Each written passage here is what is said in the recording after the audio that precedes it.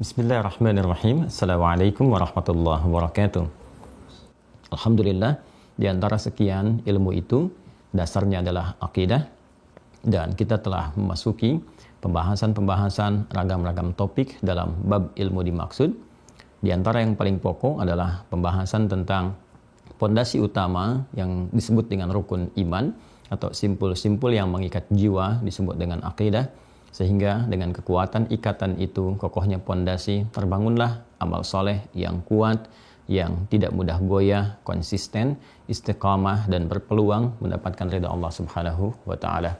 Alhamdulillah, 6 simpul dimaksud telah kita pelajari sampai simpul yang ke-6, dan di simpul yang ke-6 itu bagian pertama telah kita tuntaskan dasar-dasar untuk memahami misteri qada dan qadar, dari pengertiannya, korelasinya dengan kehidupan, hingga kita sampai kepada pemaknaan-pemaknaan yang mengorelasikan atau menghubungkan keterangan tentang qada dan qadar terkait dengan rasa atau seni dalam menjalani kehidupan, sehingga kita bisa merasakan tugas-tugas yang kita emban di muka bumi ini sebagai khalifah fil ard, pemakmur yang saling menggantikan, penyukses, dan juga saat yang bersamaan adalah orang-orang yang mencoba menjadikan seluruh kegiatannya sebagai ibadah kepada Allah Subhanahu wa Ta'ala dalam suasana yang menenangkan sekaligus menyenangkan seperti Allah janjikan dalam Al-Quran.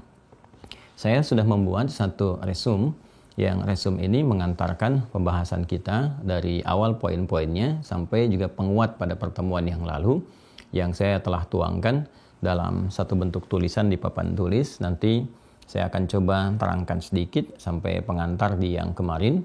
Anda bisa citrakan itu, karena saya tidak akan menyambung-nyambungkan dengan coretan-coretan lagi, hanya menunjukkan saja, dan nanti akan melengkapi dengan pembahasan saat ini. Jadi nanti bisa Anda citrakan, atau kemudian Anda bisa review di tayangan-tayangan sebelumnya, dan korelasikan dengan yang sekarang, sehingga dengan itu nanti bisa dijadikan sebagai pedoman, sebagai intisari dari pemahaman menyeluruh atas apa yang telah kita pelajari. Bismillahirrahmanirrahim. Semoga Allah berikan kemudahan pada pembahasan kita kali ini. Semoga pemahaman kita juga dibenarkan oleh Allah Subhanahu wa Ta'ala dengan taufik tentunya yang Allah anugerahkan kepada kita, mengacu kepada keterangan-keterangan dalam Al-Quran dan Sunnah Rasulullah SAW. Dan lebih dari itu, semoga kita diberikan kekuatan untuk mengamalkan apa yang telah kita pahami dengan cara yang benar tentunya. Baik, setidaknya apa yang telah kita bahas, gambarannya seperti ini, teman-teman sekalian. Bismillah. Ya. Nanti juga bisa di zoom, dan teman-teman juga bisa citrakan.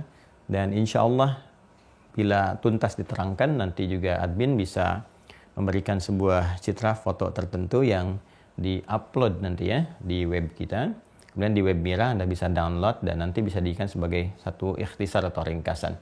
Insya Allah materi yang kita uraikan dari awal pertemuan sampai dengan berkelanjutan itu insya Allah sudah disiapkan dalam satu catatannya yang berwujud satu materi, yang nanti juga setiap Mahasanti Mira insya Allah dengan izin Allah semoga diberikan kita kekuatan untuk mendapati itu sebagai acuan kita untuk belajar dan mengajarkan kembali dengan pemahaman-pemahaman yang telah kita kaji. Ini dasarnya, bab akidah bergantung kepada pokoknya disebut dengan rukun.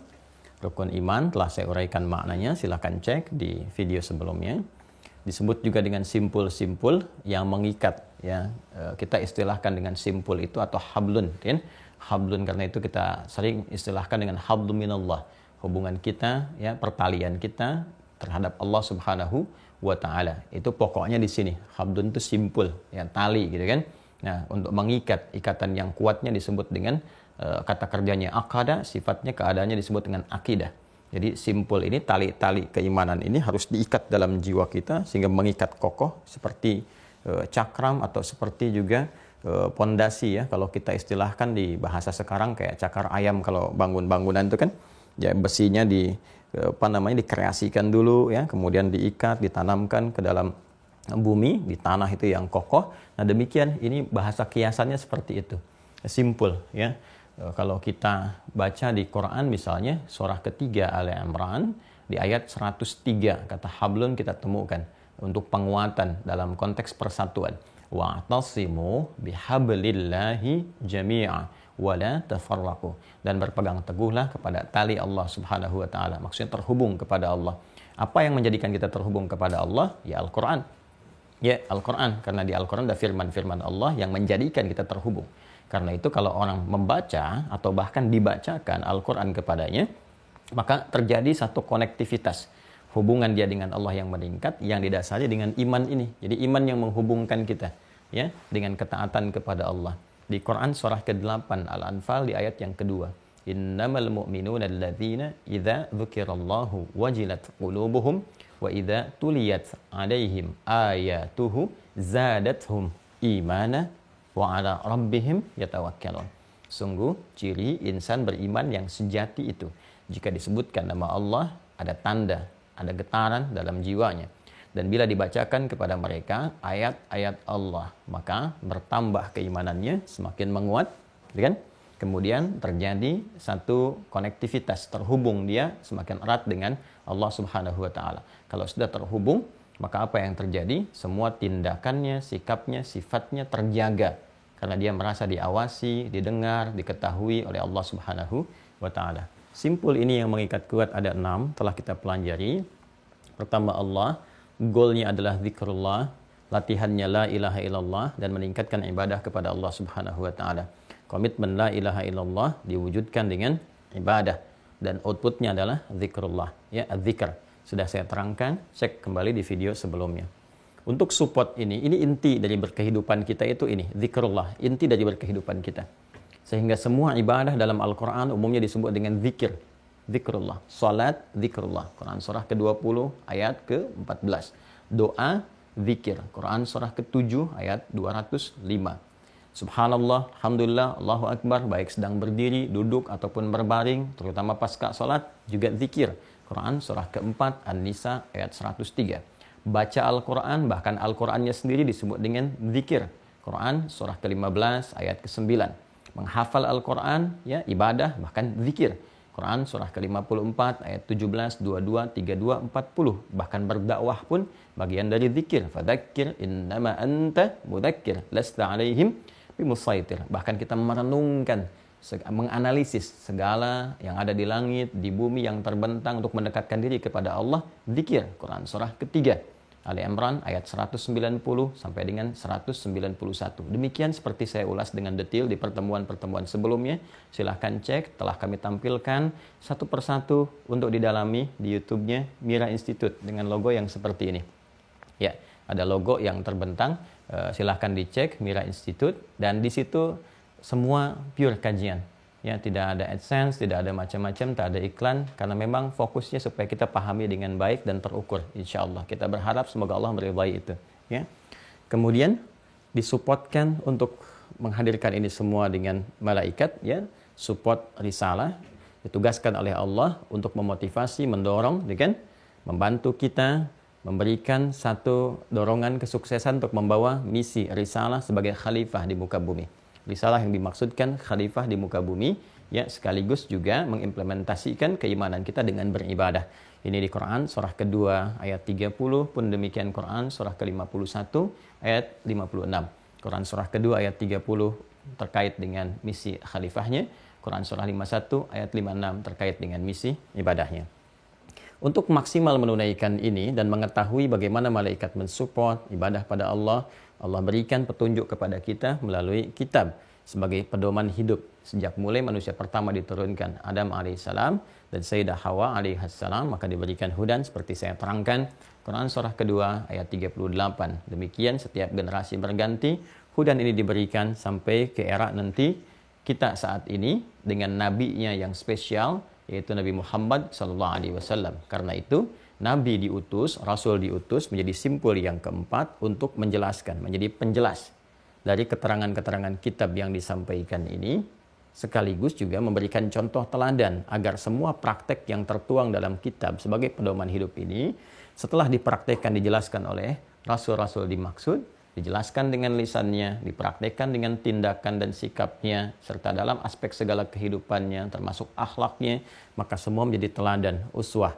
Quran surah ke-33 ayat 21. Yang dengan teladan ini kita bisa ikuti, segala hal yang disandarkan terhadap Rasul ini, baik perkataan, perbuatan, tindakan, ketetapan, sikap, sifat, dan lain sebagainya, itu semua disebut dengan hadis.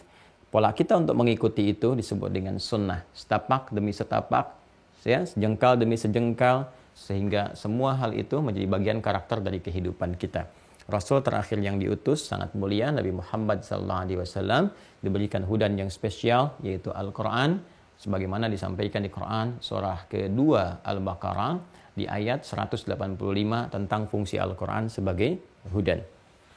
Kemudian semua ini kita jalani, kita keluarkan menjadi kurikulum seperti pernah saya terangkan, dan jalani sampai kehidupan berakhir. Yaumul akhir, puncak dari segala kehidupan yang membuka kehidupan abadi. Puncaknya ada di sini. Baik dibuka dengan gerbang surah kematian ataupun juga kumrah berakhirnya kehidupan seperti yang telah kami terangkan sebelumnya. Nah, untuk menjalani ini sampai kehidupan berakhir tentu harus ada sistem yang berlangsung, yang mengatur tata kelola kehidupan. Ya, bagaimana cara kita beribadah, konsekuensinya seperti apa resiko kalau menyimpang dari ibadah, bagaimana menjalani kehidupan di dunia, ya, aturannya seperti apa, undang-undangnya bagaimana. Anda bisa bayangkan, menjalani kehidupan berbangsa, bernegara saja, ada aturannya, ada undang-undangnya.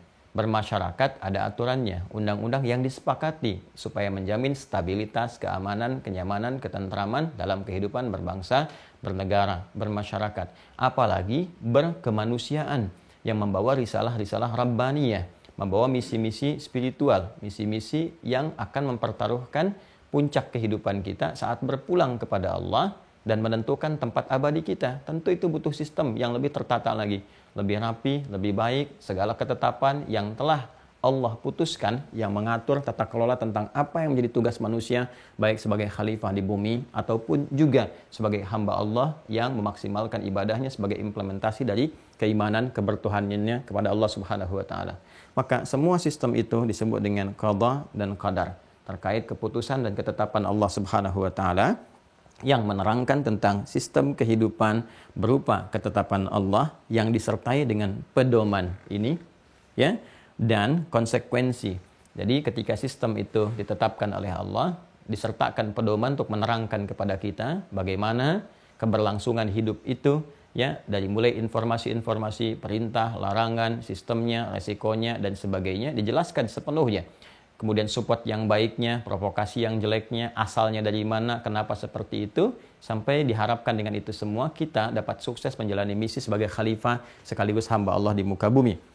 Kan? Yang ditetapkan dalam kitab ini pedomannya dan berlaku bagi setiap perjalanan hidup makhluk. Jadi semua sistem ini telah Allah tetapkan, ya, sifatnya sudah mutlak sesuai kehendak Allah Subhanahu wa taala bimasyiatihi taala, kan, dan mengikat kepada semua makhluk yang berkehidupan. Karena sistemnya sistem kehidupan, maka mengikat pada semua makhluk yang berkehidupan. Penting kita untuk memahami qada dan qadar ini sehingga kita bisa mengetahui, ya, dengan detil, mengetahui dengan baik tentang sistem yang berlangsung dan berlaku dalam kehidupan kita. Orang yang mengetahui sistemnya, orang yang mengetahui alurnya, maka dengan itu semua dia akan mudah menjalani kehidupan. Dia akan mengerti, oh kalau terjadi begini, ini maksudnya. Oh kalau ada seperti ini hikmahnya.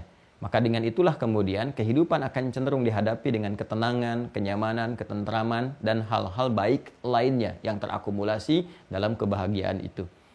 Sebaliknya, orang-orang yang tidak mengerti ini, tidak memahami dan tidak mempelajarinya, maka besar kemungkinan resiko-resiko kegelisahan akan didapatkan. Resiko-resiko kesedihan akan dialami. Bahkan berlarut-larut dan tidak sedikit yang boleh jadi mengakhiri kehidupan karena tidak mengetahui cara untuk memberikan kedamaian kepada jiwa. Ini persoalannya.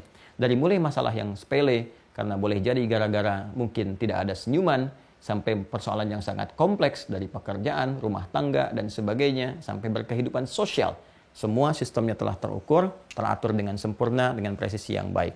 Puncak pembahasan kita tentang bagian ke-6 ini telah kita bahas di pertemuan yang lalu dengan pola pembahasan seperti ini. Ya, kita telah terangkan pertama keterkaitan antara pengertian qada dan qadar, baik segi etimologi, dari segi kebahasaan. Kita bahas turunan-turunan katanya. Kapan dia menjadi qadar? Kalau disebutkan dengan qadar, ya, qadara, ini menunjuk berarti kepada sistem kehidupannya. Qadara, gitu kan? Qadara. Ya. Ataupun dari verb kata kerja, ya saya tambahkan ini. Saya tadi berjanji kepada Anda tidak mencoret, ya kan? Ya, jadi saya tidak mencoret, tapi di sini saya memberikan satu tambahan tulisan. Jelas ya, jadi saya tidak mengingkari janji di sini. Saya mengatakan saya tidak akan mencoret, tapi akan menambahkan kan tidak saya katakan. Jadi saya detilkan sedikit untuk memberikan pemahaman. Ini verbnya, kalau menjadi kata benda pun, kita kena tambahkan un di akhirnya, qadarun. Sesuai nanti dengan posisi i'rabnya, tempat dalam gramatikal bahasa Arab yang menentukan perubahan kata. Bisa qadaran, ya bisa qadarun, atau bisa qadarin, sesuai dengan keadaan-keadaan kata ini ditempatkan dalam konteks kalimatnya. Nah, ini kalau sudah disebutkan dengan diksi seperti ini, dengan kata ini, lafadz ini, maka yang dimaksudkan sistemnya yang telah tetap. Ya, sesuatu yang telah tetap, kemudian berlaku, terukur secara sempurna, presisinya sempurna, maka disebut dengan, kalau kita sifati, maqdura. Jadi kalau kita gabungkan, qadaram maqdura. Ya, itu ada di Quran surah ke-33. Quran surah 33 Al-Ahzab, ini belum saya sampaikan, ayat 38. Ya. Sudah? Baik, nanti lihat langsung ke ujung ayatnya saja. Langsung lihat ke ujung ayatnya, qadaram maqdura, ya, dan segala hal yang Allah ciptakan subhanahu wa ta'ala, yang Allah tetapkan, maka semuanya telah ditetapkan berdasarkan kadar. Kadar sudah jadi bahasa Indonesia. Maksudnya sistem kehidupan, ya, bagian-bagiannya dengan semua yang telah ditetapkan itu maqdura, terukur secara sempurna. Ya, presisinya, ketetapannya, maslahatnya, dan sebagainya. Karena itu dari sini melahirkan, perhatikan, sifat-sifat atau karakter sistem kehidupan. Kalau disebutkan qadara seperti ini, kan, maka segalanya pertama memiliki karakteristik terukur dan sistematis dengan presisi yang sempurna. Jadi semua yang Allah tetapkan dalam sistem berkehidupan ini sudah terukur semuanya.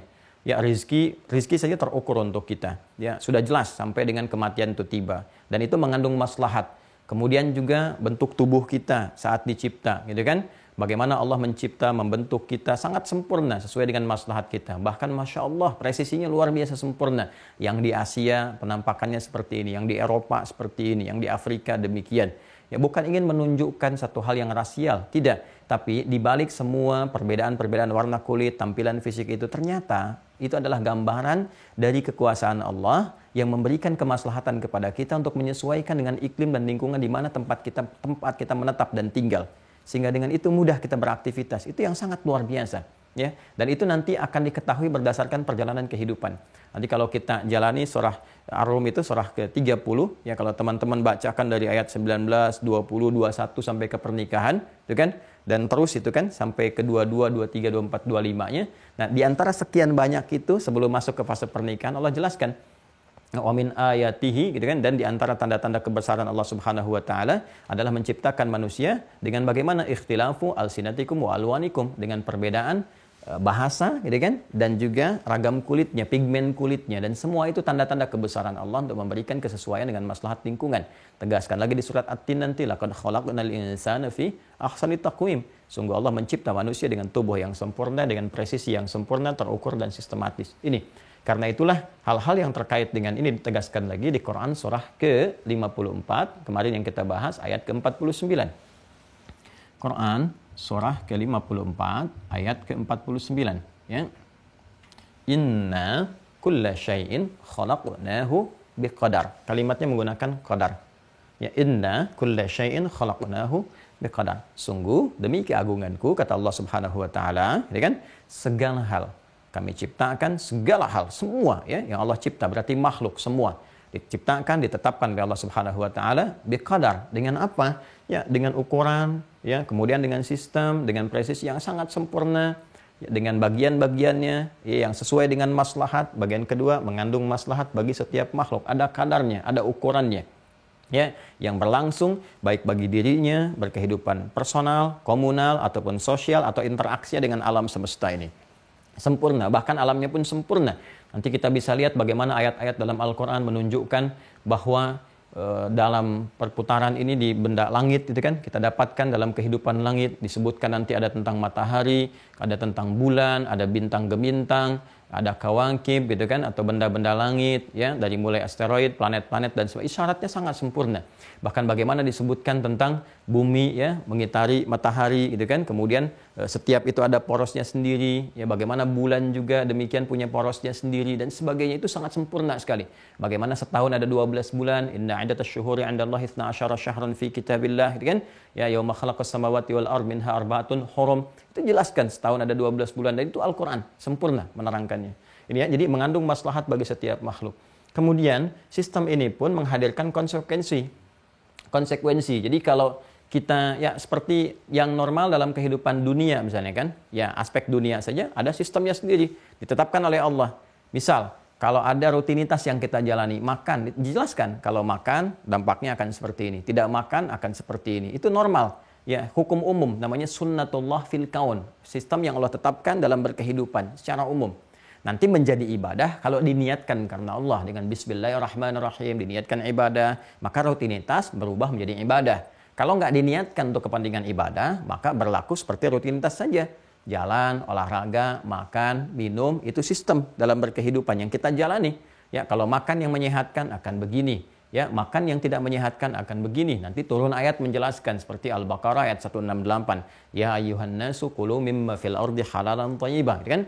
Hei semua manusia, makanlah, silahkan berpetualang di bumi untuk mencukupi kebutuhan hidup. Minimal untuk kebutuhan jasmani kamu bisa makan. Ya, dapatkan dengan cara yang legal, sebab kalau tidak legal konsekuensi akan begini. Nanti dari turunan ini manusia dengan instingnya ya itu membuat hukum-hukum lokal.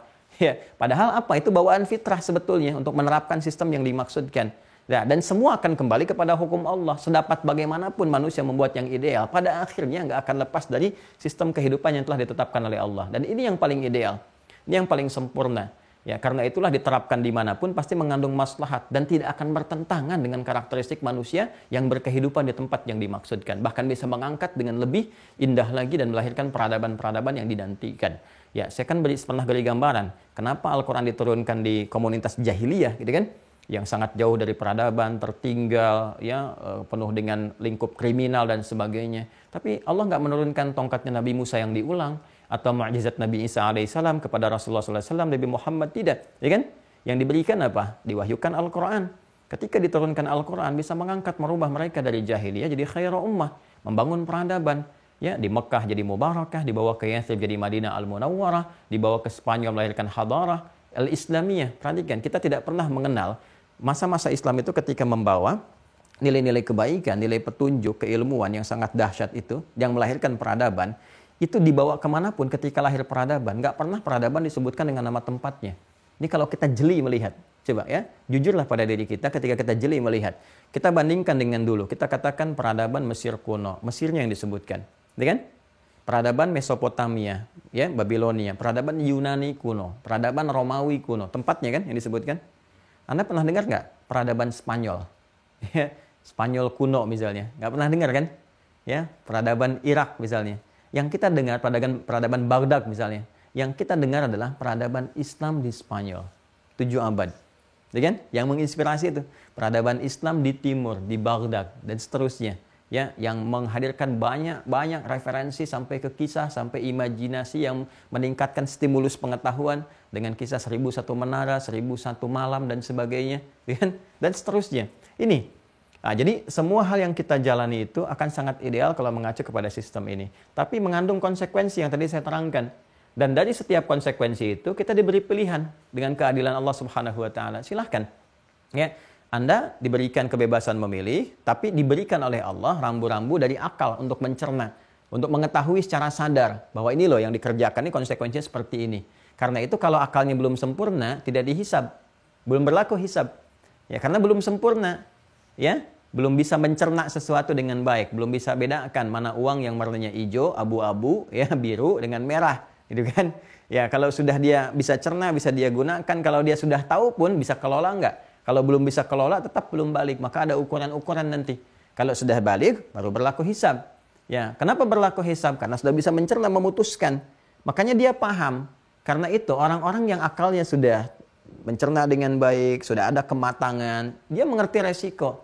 Dan dia memahami yang baik itu baik, kan? Yang salah itu salah. Karena itu Nabi mengatakan kan, kalau di Al-Arba'in, Al-Imam An-Nawawi menyantumkan kan dalam hadis yang ke-6, innal halala bayyinun wa innal harama bayyinun. Ya kan? Sungguh yang halal itu, yang baik itu, yang benar itu jelas sebetulnya. Ya kan? Kemudian yang haram itu, yang salah, yang dosa itu pun jelas. Kan kita mengerti antara jujur dengan bohong itu, kita tahu ini jujur, ini bohong. Yang akalnya sudah sehat, sudah matang gitu kan, itu bisa bedakan. Oh ini jujur, ini bohong. Ini yang halal, ini yang haram. Ini yang legal, ini yang korupsi. Kan mengerti kita, ya kan?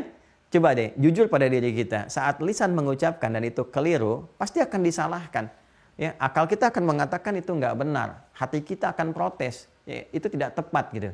Ya, itu yang kematangan itu nanti akan diuji. Pilihan dengan keadilan Allah, kita diberikan satu pilihan, silahkan. Tapi diterangkan konsekuensinya. Ini konsekuensinya akan begini.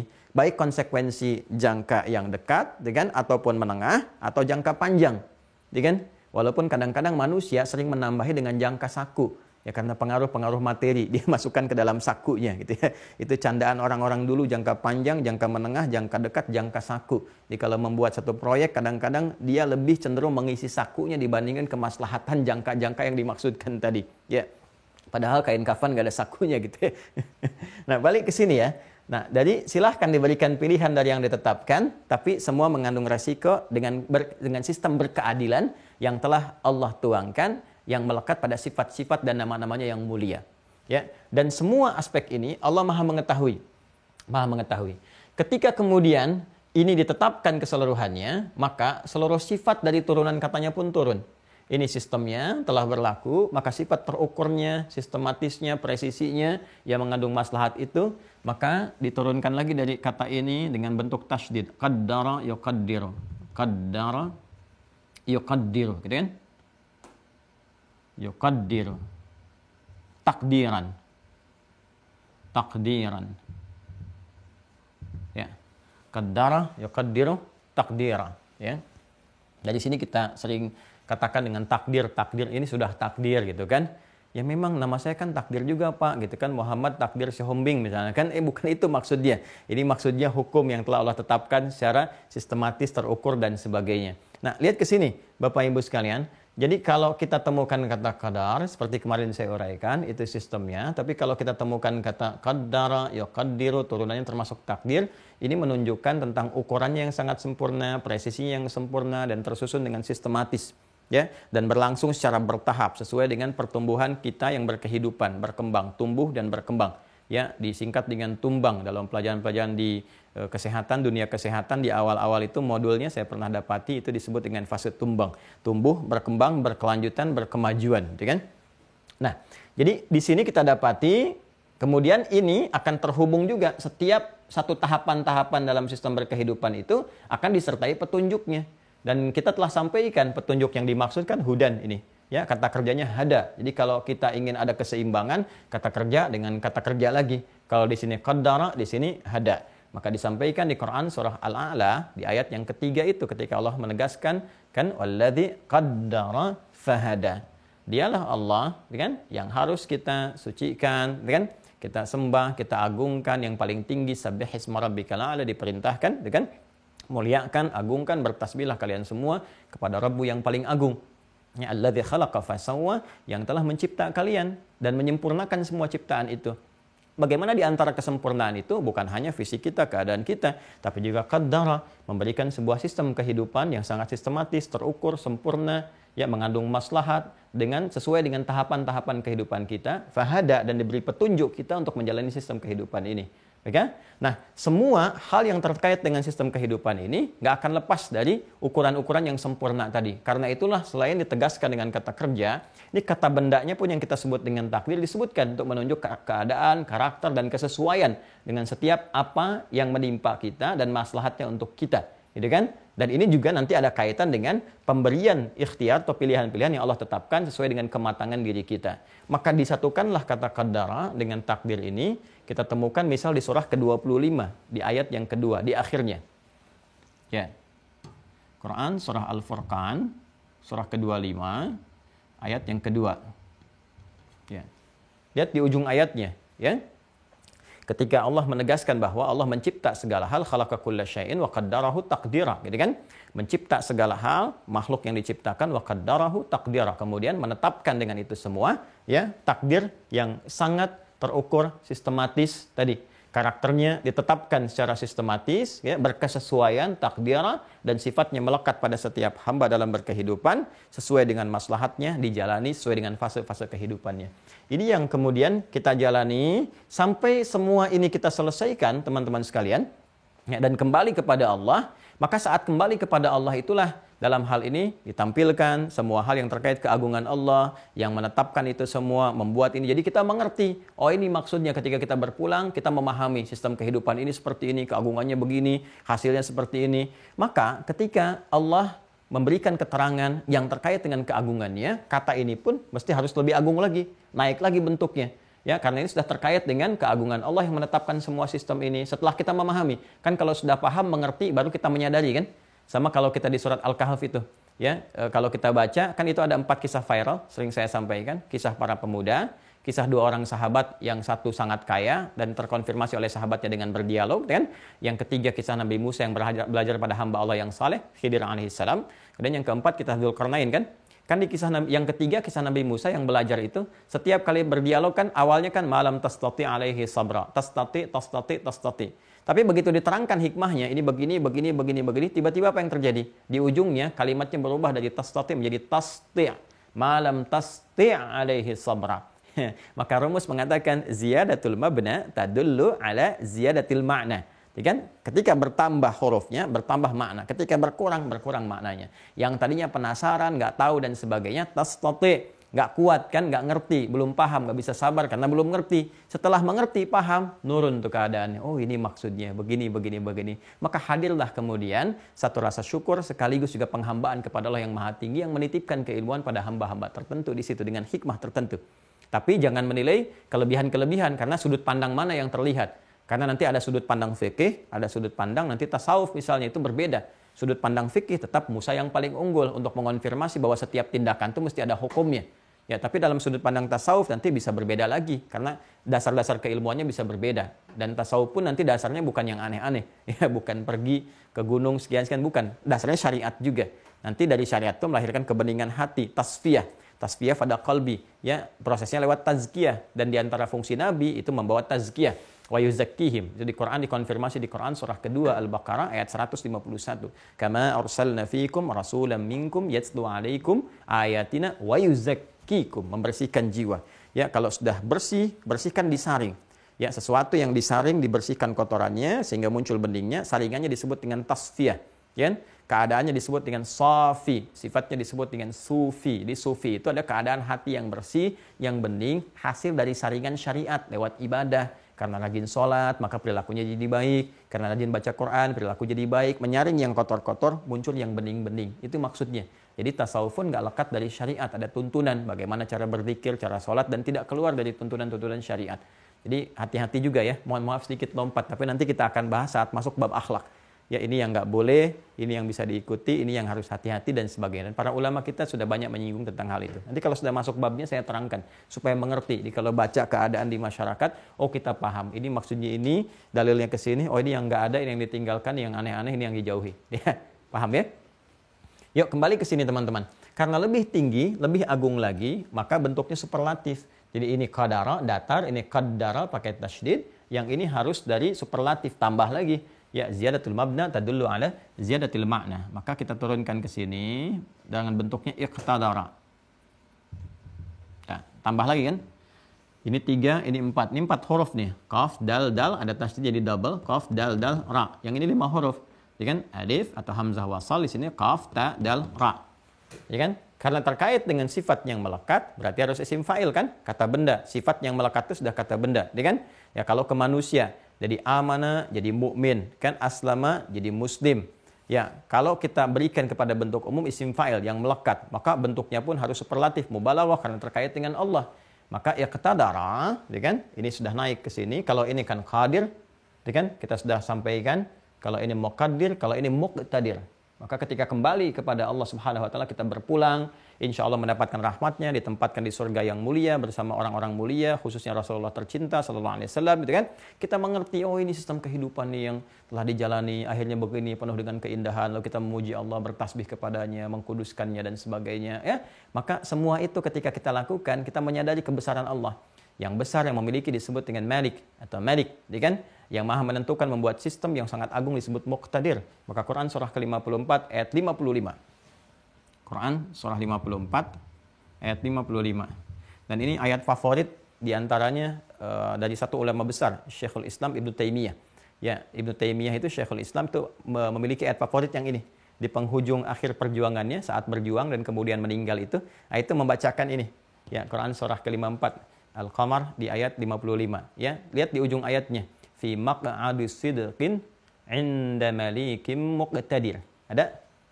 Ya, kan kalau kita urut ke sebelumnya innal muttaqina fi jannatin wa nahar terus, ya kan? Nah, sampai kita temukan fi maq'adi sidqin, di tempat yang paling benar, tempat terindah. Maq'adi sidqin itu surga maksudnya, ya. Karena kita meyakini bahwa kita akan berpulang gitu kan, dihisab, dan hisab tertingginya ketika baik mendapatkan tempat tertinggi yang membenarkan ya apa mengonfirmasi kebenaran dari perilaku amal soleh kita. Karena itu dikatakan dalam syahadat yang hadis riwayat Ubadah bin As-Samit itu yang saya bacakan di kitab Fathul Majid itu dulu, ya kan? Innal wal jannata haqqun wan nara haqqun, dan jannah itu, surga itu hak, ada benarnya. Makanya dikonfirmasi oleh Al-Quran, fi maq'adi sidqin, orang-orang membenarkan itu. Jannahnya hak, mutlak, dan sebagainya. Tapi sifat manusianya kadang ada yang ragu. Kan? Nah, ketika sebagian meyakini itu benar adanya, sebagian ragu, dia nggak dapat. Karena sifat relatif manusia itu yang memandang tentang kebenaran surga dan neraka, manusia pada umumnya. Sedangkan orang Islam membenarkannya, maka kalimatnya itu di situ menggunakan kata sidqin. Karena persepsi manusia menilainya itu. Maka disampaikan dengan bahasa Al-Quran mengonfirmasi, itulah indahnya Al-Quran. Ya, kebenaran mutlaknya disebut dengan hak, tapi ketika memberikan gambaran pada penilaian manusia, kadang-kadang manusia yang kurang paham karena ilmunya. Maka menjadi relatif dalam pandangan manusia. Maka dibuktikan kebenaran itu. Ketika nyata, fi maq'adi sidqin, di tempat yang mengonfirmasi kebenaran dari apa yang telah kami kerjakan, 'inda malikin ya muqtadir. Fi maq'adi sidqin 'inda malikin muqtadir. Menggunakan kata turunan ini iqtadara, maka sifatnya melekat pada Allahnya muqtadir. Nah, ini ya gambaran yang telah kita uraikan teman-teman sekalian. Saat waktu ini ditetapkan, sistem kehidupan setelah semua itu kan dengan kehendak Allah Subhanahu wa taala, bimasyiatinya kita diberikan tugas dan sebagai makhluk tercipta, ditetapkannya sistem kehidupan ini, ketetapannya ketika berlaku, maka katanya ini berubah dari qadara atau qadarun jadi qadrun, ya kan? Qadrun, akar ini juga. Ya. Nah, ini. Kapan ditetapkannya? Dalam informasi Al-Quran, wallahu a'lam bissawab, ya, akan apa yang terjadi semua atas kehendak Allah, kita tidak mengetahui kecuali saat berpulang, sehingga kita bisa mengatakan alhamdulillah, ya, alhamdulillah semua terkonfirmasi, kita berada di tempat yang indah, ya, fi maq'adi sidqin 'inda malikin muqtadir, dan sebagainya. Nah, tapi Al-Quran mengonfirmasi kepada kita dengan disampaikan di Quran surah ke-97.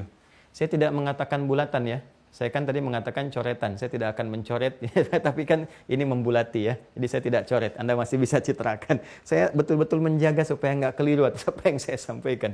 Ya, ini Quran surah 97 Al-Qadar, ya, suratul Qadri. Kita terjemahkan ke dalam bahasa Indonesianya dengan qadar gitu kan. Padahal nanti ada presisi dalam penunjukan diksinya. Ini qadarun, ya kan? Ini qadrun. Ya, perhatikan ketika semua ini telah mulai ditetapkan, berlaku gitu kan? Ya, mulai berlaku, ya, ditetapkannya kapan? Disebutkan di konfirmasi di surah Al-Qadar surah 97, gitu kan? Bersamaan dengan ditetapkannya ini diturunkan pula kemudian pedomannya. Ya, pedomannya. Kalau terkait dengan kita saat ini Al-Qur'an kan yang paling mulia karena mengcover dan menjelaskan semua sistem berkehidupan itu. Maka Allah sampaikan inna anzalnahu fi lailatul Qadar, kan? Wa ma adraka ma Lailatul Qadar. Nah, itu lailah. Saya sering katakan ada lail, ada lailah, itu berbeda. Ya, kalau disebutkan lail itu malam. Ingat ya, lail itu waktunya, menunjuk kepada waktunya. Malam dengan segala turunannya, baik bentuk jama atau yang lainnya. Lail, kemudian layali jamanya. Kan lail, layali, lela, lili, dan seterusnya. Ya, ibu lela, ibu malam-malam gitu kan. Malam, turunan dari kata lail. Tapi kalau ada tak di ujungnya, ya, tak itu menunjukkan sebuah sifat, keistimewaan, karakter tertentu dan sebagainya. Jadi kalau ada lail tambah tak lailah, jadi yang istimewa. Malam yang sangat istimewa. Kenapa istimewa? Karena ada ini peristiwa qadar. Berlakunya semua sistem kehidupan yang Allah telah tetapkan. Nah, berlangsungnya kapan? Terkonfirmasi berlangsung pada satu malam. Malamnya kapan? Wallahu a'lam. Yang penting Allah tetapkan. Ya, tapi bersamaan dengan itu kemudian diturunkan pedoman. Jadi inilah keadilan Allah. Di sini terkonfirmasi sifat keadilan Allah Subhanahu wa taala, al-adlu. Ya. Maha adil, al-adlu. Ya. Adil. Begitu sistem berlaku, kan? Pedomannya pun sudah ada. Ya, jadi nggak dibuat tapi pedoman nggak ada. Disuruh tugas tapi misalnya tupoksinya nggak jelas. Nah, nggak begitu. Sifat yang melekat pada Allah sempurna keseluruhannya. Ya, termasuk apa yang Allah tetapkan, apa yang Allah buat. Jadi begitu kemudian ini berlaku, kemudian pedoman juga telah tetap berlaku sempurna, gitu kan? Maka dikonfirmasi, ya, berketetapan di satu malam yang Allahu a'lam keadaannya seperti apa. Tapi malam ini ditemukan di mana dari sekian malam yang kita lewati dalam berkehidupan. Maka ada clue yang kita temukan, ada satu isyarat kunci dalam Al-Quran. Karena ini disertakan dengan turunnya pedoman, yaitu Al-Quran. Inna anzalnahu, kalimatnya menggunakan kata anzala, ya kan? Nah. Dan kata anzala ini menunjukkan proses yang turun secara sekaligus, ya. Anzala turun sekaligus, beda dengan nazzala yang kemarin saya terangkan, ya kan? Karena itu kitab-kitab yang diturunkan kepada nabi, ya, untuk disampaikan kepada umat dalam proses kepada nabinya langsung itu menggunakan kata anzala untuk Taurat dan Injil, tapi Al-Quran menggunakan nazzala. Itu yang kemarin saya terangkan, dikonfirmasi di Quran surah ketiga, Al-Imran ayat ketiga. Nazzala alaikal kitaba bil haqqi musaddiqan lima bayna yadayhi wa anzalat Taurata wal Injil. Jadi kan? Tapi Al-Quran sangat unik karena istimewa, karena luar biasa, petunjuk berkehidupan sampai kehidupan berakhir. Maka sebelum diturunkan kepada Nabi, diviralkan dulu di kalangan semua penduduk para langit, ya kan? Di kalangan seluruh penduduk-penduduk semua tingkatan langit, turun dari Lauh Mahfuz diturunkan ke Baitul Izzah, Sama'id Dunya, ya, langit yang langsung terkoneksikan dengan kehidupan manusia di bumi, di dunia, ya kan? Nah, ini bagaimana bentuknya Allahu a'lam. Nanti di surah Az-Zumar kan pernah saya sampaikan, dikonfirmasi saat pulang, wa futihat abwabuha, dibuka semua pintu-pintunya, surganya dibuka, langit juga dibuka semua pintunya, seperti Rasulullah SAW mengalami peristiwa Isra dan Mi'raj itu, terbuka semua. Nanti saat kita meninggal, pulang, ya, peristiwa terjadi besar, dihisab, kita akan mengerti apa yang telah terjadi, ya kan? Alhamdulillah, gitu kan? Nah, nanti itu batas langit yang paling rendahnya, yang paling tingkat bawah terkait dengan kehidupan dunia, yang koneksi itu disebut dengan Sama'id Dunya. Kemarin saya janji menampilkan satu kitab atau dua kitab. Yang pertama Al-Itqan, ini karangan Al-Imam Jalaluddin As-Suyuti, ini ya, Al-Itqan fi Ulumil Quran, ya, di halaman 64 kalau tidak keliru, ya. Mudah-mudahan benar. Kalau enggak kita cari lagi. Bismillah. Ya, benar, ya. An-Naw'us Sadis Ashar, ya. Ini pembahasan yang ke-16 fi kaifiyati inzalihi. Bagaimana cara turunnya Al-Qur'an, ya. Kemudian di sini kita akan temukan bab, teman-teman sekalian. Nih, al-mas'alatul ula, ya kan? Persoalan yang pertama, pembahasan yang pertama. Qala ta'ala, Allah Subhanahu wa taala berfirman, "Syahrul Ramadan alladzi unzila fihi al-Qur'an." Fil Baqarah, ya kan? Allah berfirman di surah Al-Baqarah ayat 185 yang tadi saya sampaikan. Waqala, dan juga berfirman di Quran surah Al-Qadar ayat pertama, "Inna anzalnahu fi lailatul qadar." Ya kan? Nah, ini yang saya konfirmasikan. Jadi apa yang saya sampaikan tadi itu terkonfirmasi dari kitab, karena kami belajar memang kitabnya dari guru-guru kami, ya, dari beragam kitab Ulumul Quran. Jadi ini saya tunjukkan untuk menguatkan, ya, jangan nanti ada dugaan ini kait-kaitkan atau hanya cocok logi gitu, cocok-cocokan, tidak. Ini terkonfirmasi. Dia saya memudahkan, kadang nggak saya bawakan kitabnya untuk memudahkan. Tapi kadang sering ada sementara orang bertanya, itu ngajinya pakai kitab nggak gitu, ya. Maka ini kita tunjukkan. Nah, di sini kemudian ikhtalafa fi kaifiyati inzalihi min al-lauhil mahfuz ala thalathati aqwanin. Ya kan? Para ulama memberikan ragam pandangan tentang proses turunnya Al-Qur'an dari Lauh Mahfuz. Yang tertinggi Lauh Mahfuz itu kan yang paling tingginya. Ya, di situ ada qadar yang telah ditetapkan, hudan, pedoman kehidupan yang telah ditetapkan bersamaan dengan itu. Nah, begitu diturunkan, nah ini dia, ya. Kemudian ahaduha wa huwal ashahul ashhar, ya, dan ini ragam. Di antara ragam itu yang paling terkuat, paling populer, paling viral gitu kan, annahu nazala ila sama'id dunya lailatul qadri jumlatan wahidah, thumma nazala ba'da dzalika munajjaman fi 20 sana, gitu kan? Au 23 au 23. Nah, kurang lebih ketika kita terjemahkan, pendapat yang terkuat, yang paling sahih, yang paling populer, paling viral adalah Al-Quran itu pertama sebelum turun kepada Rasulullah, kan? Secara bertahap itu kurang lebih 20 tahun atau 23 tahun seperti beliau sampaikan tadi, kurang lebih gitu kan. Karena masanya kan presisinya berdasar hitungan-hitungan yang berlangsung dalam berkehidupan kita, ya. Dan disampaikan kepada kita, ada yang menghitung tempatnya 22 tahun, 2 bulan, 22 hari, ada yang mengambil keumumannya kurang lebih 23 tahun, seperti itu gitu ya. Nah, sebelum turun kepada Rasulnya, ini keistimewaan Al-Quran. Kalau Nabi yang lain kan langsung, Dikasihkan Musa 10 perintah Tuhan, kan 10 perintah Allah di Taurat. Isa meneruskan dari Taurat, dikonfirmasi, diberikan Injil, gitu kan, untuk karakter umatnya sebagai tambahan. Al-Quran karena mulia, penutup, istimewa, berkehidupannya sampai akhir, maka diviralkan dulu. Ini mengonfirmasi semua kitab yang sebelumnya, mencakup yang akan setelahnya. Maka semua penduduk langit mengetahui ini yang paling dahsyat, paling agung, gitu kan. Tapi nggak ada yang tahu juga tentang isinya, karena semua turun begitu saja, diviralkan, ini turun nih bersamaan dengan qadar.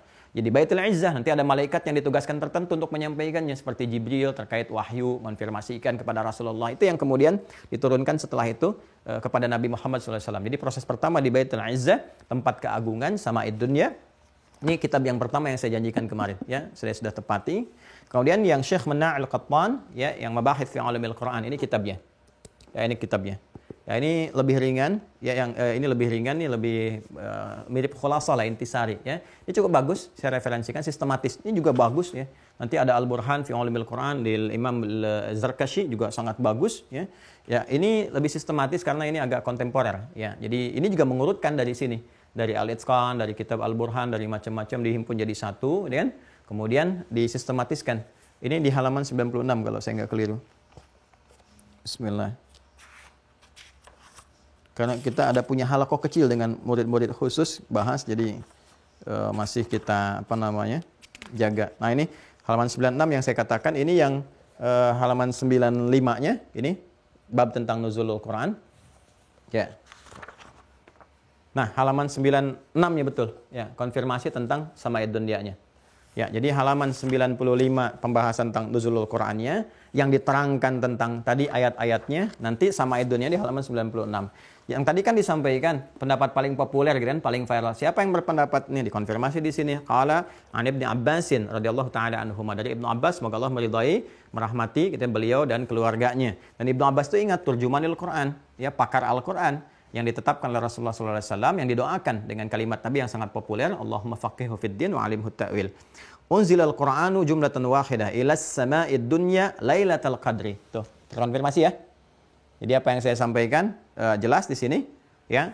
Unzilal Qur'anu, Al-Qur'an itu diturunkan pakai unzila, bentuk pasif dari anzala yunzilu. Jelas ya? Al-Qur'an diturunkan jumlatan wahidah secara sekaligus ilas sama'id dunya, ya. Jadi 30 juz itu turun ke langit dunia, diviralkan dulu. Ya, diviralkan dulu. Ya, wah ini turun nih, besar tuh dan sebagainya, turun agung, ya. Dah bersamaan dengan kadar manusia tuh. Ya, fis sama'id dunya. Bersamaan dengan itu kemudian apa yang terjadi? Nanti setelah itu Nabi ditugaskan, kan? Nah, berlangsung teman-teman sekalian, dari penugasan itu turun nanti secara bertahap kepada Rasulullah SAW, kan? Membawa petunjuk sesuai dengan kemaslahatan dan sebagainya. Maka disebutkan tsumma unzila ba'da dzalika fi 20 sanah, ya kan? Maka diturunkan itu kepada Nabi SAW bertahap, kurang lebih sekitar 20 tahunan. Ya, karena orang Arab itu kalau mengambil bilangan bulat, ya, dan ada penyerta sedikit-sedikit disebutkan yang bulatnya. Seperti Al-Arba'in An-Nawawiyah 40 padahal jumlahnya 42. Alfiyah Ibnu Malik, Alfiyah itu kan 1000, sekitar 1000 padahal hadisnya 1002 bait.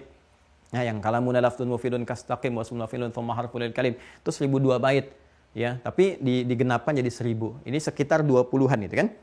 Nah, di sama'id dunya, turun ke langit dunia, diturunkan ke langit dunia, Lailatul Qadri dikonfirmasi oleh sahabat, ya, Ibnu Abbas radhiyallahu taala anhuma, waktunya bersamaan dengan malam Al-Qadar. Ini bertetapan ini.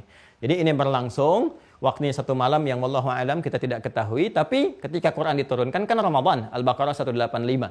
Ya, artinya ada di satu masa yang terkait dengan malam-malam Ramadan. Karena itulah kita diminta mencari oleh Al-Quran untuk meningkatkan ibadah kepada Allah. Mencari itu bukan mencari biasa, ada hikmah di situ. Ya, apa itu? Mencari jati diri kita. Ya, makanya malam-malam Ramadan itu kita diminta merenung, menelaah, mentadaburi, menghidupkan malam, sholat, minta petunjuk, belajar. Makanya Nabi itu mendaras. Ya, orang Sunda bilang ngadaras gitu. Ngadaras itu kan dari kata darasa. Pelajari kembali, talaki, kemudian tilawah dengan malaikat, menyetorkan hafalan, terus memberikan kesan kepada kita, petunjuk.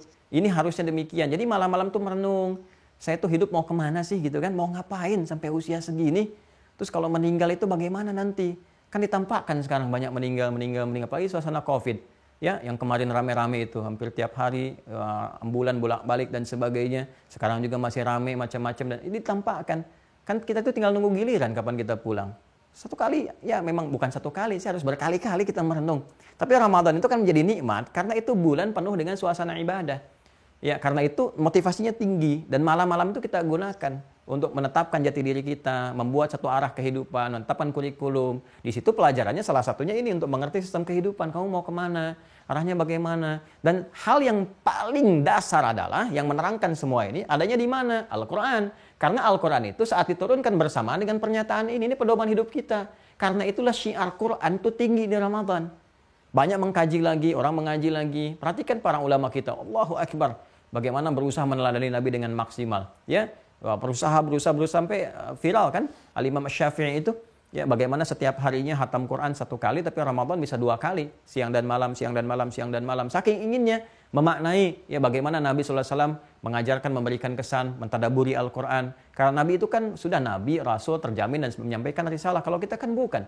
Maka ulama mengerti, saya bukan Nabi, saya bukan Rasul. Walaupun saya ditetapkan oleh Allah Subhanahu Wa Taala membawa misalnya nilai-nilai kemuliaan berdasar warisan Nabi, ulama, dan tetap mengaji lagi. Perbaiki diri, merasa mungkin banyak salahnya, istighfar, taubat, macam-macam. Karena pelajari ini. Itu rahasianya kenapa kita dalam Ramadan seringkali dekat dengan Al-Quran, dimudahkan akses ke Al-Quran, rajin baca. Ibu-ibu ada yang bahkan jarang pegang mushaf, malam-malam bisa tadarus. Tuh, bisa kelompok-kelompokan. Itu viral kan kisahnya. Ya, bisa narok sajadah tuh. Kita merindukan itu kan hanya untuk sholat taraweh, padahal taraweh kan sunnah kan? Ya, itulah coba kita renungkan kembali itu. Hal-hal demikian itu kenapa terjadi di sini? Karena salah satunya support, triggernya itu. Dan Nabi meminta kita iltamisu, gitu kan? Ayo coba cari, buru itu malam Al-Qadar. Maksudnya apa memburu itu semua? Maksudnya untuk merenungkan kembali sehingga mendapati jati diri kehidupan kita. Karena itu tinggi nilainya. Ya lebih daripada 1000 bulan. 1000 bulan itu kan kalau dikonfirmasi ya ke usia kita juga. Artinya apa? Kalau kita mengerti ini semua, kualitas amalan kita akan meningkat, lebih bagus lagi. Jadi usia kita yang Allah tetapkan kepada kita, ajalnya berapapun, itu kualitasnya jadi lebih bagus. Itu diantara pemahamannya. Selain dapat pahala nilainya lebih daripada 1000 bulan, dapat pahala itu dan kualitas amalan kita pun itu akan lebih daripada ya kuota-kuota usia yang ditetapkan, ajal-ajal yang ditetapkan kepada kita. Jadi amalannya lebih meningkat. Itu yang disebut dengan jariyah, itu disebut dengan umur, berkah di usia itu. Walaupun dia meninggal, mantala umruhu, dia meninggal tapi berkah, hidup berkehidupan, jejak hidupnya, kisah-kisah hikmah dan sebagainya. Ini dalam sekali teman-teman, dalam sekali, dalam. Jadi waktunya sudah ditetapkan, ini waktu penetapannya. Bersamaan dengan pedoman turun. Nah, alur untuk memahami semua itu seperti ini gambarannya. Ya, ini singkatnya. Jadi kalau kita masuk Ramadan, cara memahami cepatnya seperti ini gambarannya, ya kan? Nah, jadi sistem ini yang berlaku yang telah Allah tetapkan, ya, alurnya, alur berkehidupannya yang kita alami dengan hadirnya sistem ini kurang lebih seperti ini nih. Ya, saya gambarkan. Ini secara cepatnya ya. Kalau kita mau ngaji lagi satu kitab aja, ini seperti ini gitu. Nah, ini baru satu bidang ilmu, itu pun satu bidang baru satu bagian. Ya, jadi agak lama. Ya, makanya kita puluhan tahun tuh belajar, kita sederhanakan, intisarikan supaya mudah disampaikan dan masih tetap minta kepada Allah supaya diberikan kemudahan dan tetap koreksi ya. Kalau nanti ada hal-hal yang kurang tepat, kami pun tetap belajar. Saya kalau nulis kitab atau buku, saya datang ke guru-guru dulu untuk diperlihatkan, dilihat, dicek dan sebagainya gitu ya. Terutama masalah isinya. Itu sering kami lakukan seperti itu. Nah, seperti ini teman-teman sekalian. Jadi ketika Allah menciptakan manusia, kemudian di Quran surah 15 ayat 28 sudah pernah saya sampaikan sebelumnya, terus diberi tugas sebagai khalifah, ya kan? Untuk menggantikan yang sebelumnya saya juga sudah terangkan ya, untuk memakmurkan bumi, Quran surah kedua ayat 30. Secara singkat diterangkan, diberikan keilmuan dan sebagainya, ya kemudian diminta hormat seluruh makhluk akan tugas mulia ini, gitu kan? Dengan perintah Allah. Iblis yang menyimpang, aba wastakbar, Quran surah kedua ayat 34, dia sombong, gitu kan? Tidak mau kemudian menghormati Adam, tidak mau menghormati misinya. Kalau tidak hormat terhadap misi berarti nggak hormat pada pemberinya, penugasnya yaitu Allah Subhanahu Wa Taala. Artinya nggak menghormati Allah, dikonfirmasi di Quran surah ke-7 Al-A'raf di ayat ke-12 itu kan, sampai kemudian terusir rahmat Allah Subhanahu Wa Taala, termasuk di surat Shad yang pernah saya sampaikan sebelumnya. Kemudian ini terjadi, kan?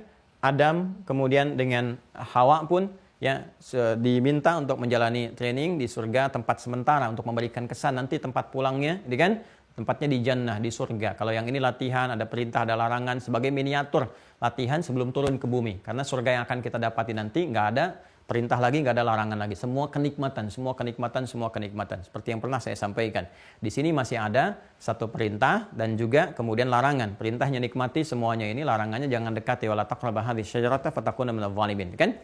Jangan dekati satu ini, kalau tidak kalian nanti akan termasuk bagian orang yang tidak menempat, zalim, tidak menempatkan sesuatu sesuai dengan tempatnya. Maka terjadilah apa yang terjadi, teman-teman sekalian. Singkatnya, setelah paham, sudah mengerti, Ya, dan iblis pun ingin membuktikan kesombongannya, ingin membuktikan bahwa dia nggak hormat itu ya Allah karena saya memang merasa tinggi. Ana khairum minhu khalaqtani min narin wa khalaqtahu min tin, ya kan?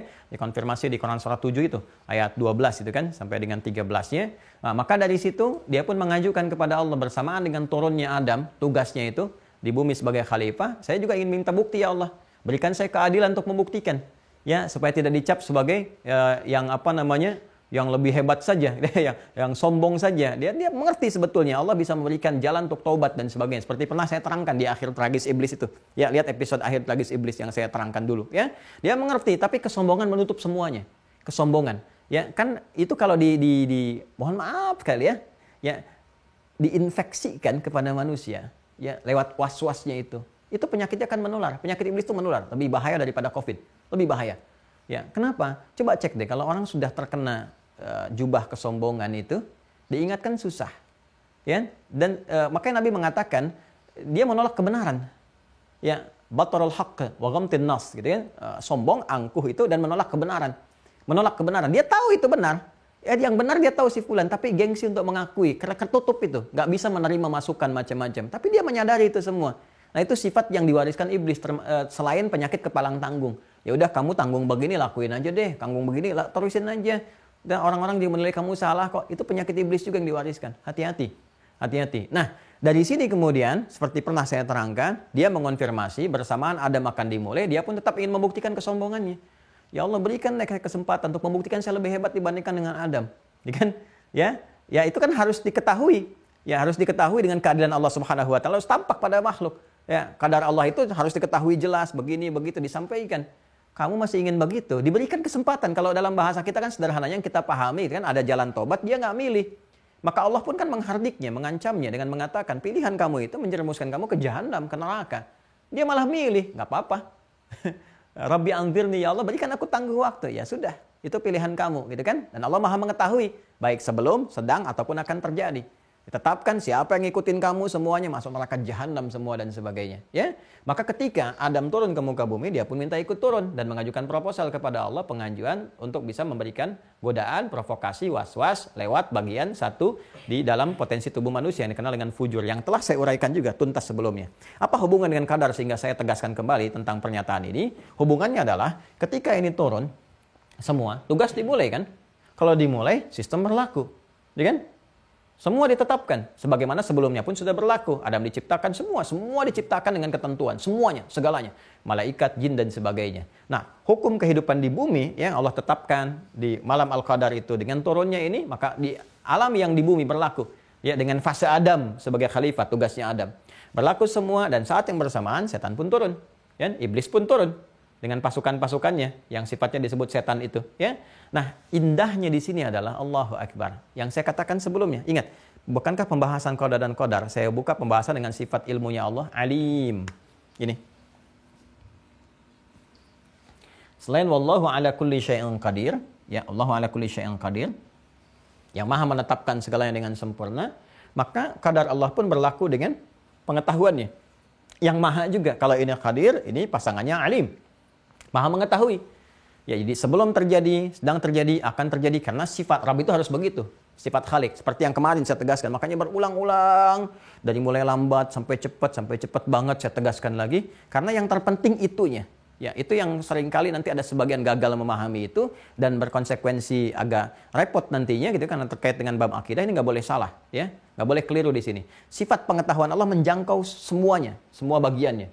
Sebelum ini telah berlangsung, sedang berlangsung, akan berlangsung. Ya, maka segala hal yang dikerjakan oleh hamba dan sebagainya, sistemnya kan sudah berlaku tuh. Pedomannya pun disampaikan. Maka dalam pedoman itu pun dijelaskan untuk menerangkan sistem kehidupan ini supaya kita menjalani dengan benar. Maka kalau Anda tidak percaya, silahkan cek di Al-Quran. Dan Anda bandingkan dengan kitab manapun di muka bumi ini. Kitab mana yang menerangkan tentang sistem berkehidupan secara sempurna dengan presisi yang sempurna. Silahkan tunjukkan. Untuk membuktikan kebenaran Tuhan yang dipertuhankan. Jadi kan kalau kita ingin mempertuhankan, kan kita menyembah kan, meyakini dan sebagainya. Sekarang pertanyaannya, buktinya mana tentang kebenaran Tuhannya? Buktinya mana tentang kebenaran kuasanya? Dari mana dilacak sumbernya? Ya, dan kita punya satu tradisi keilmuan yang sangat luar biasa kuat. Ya, kita punya jalur nasab dan sanad, bisa dilacak.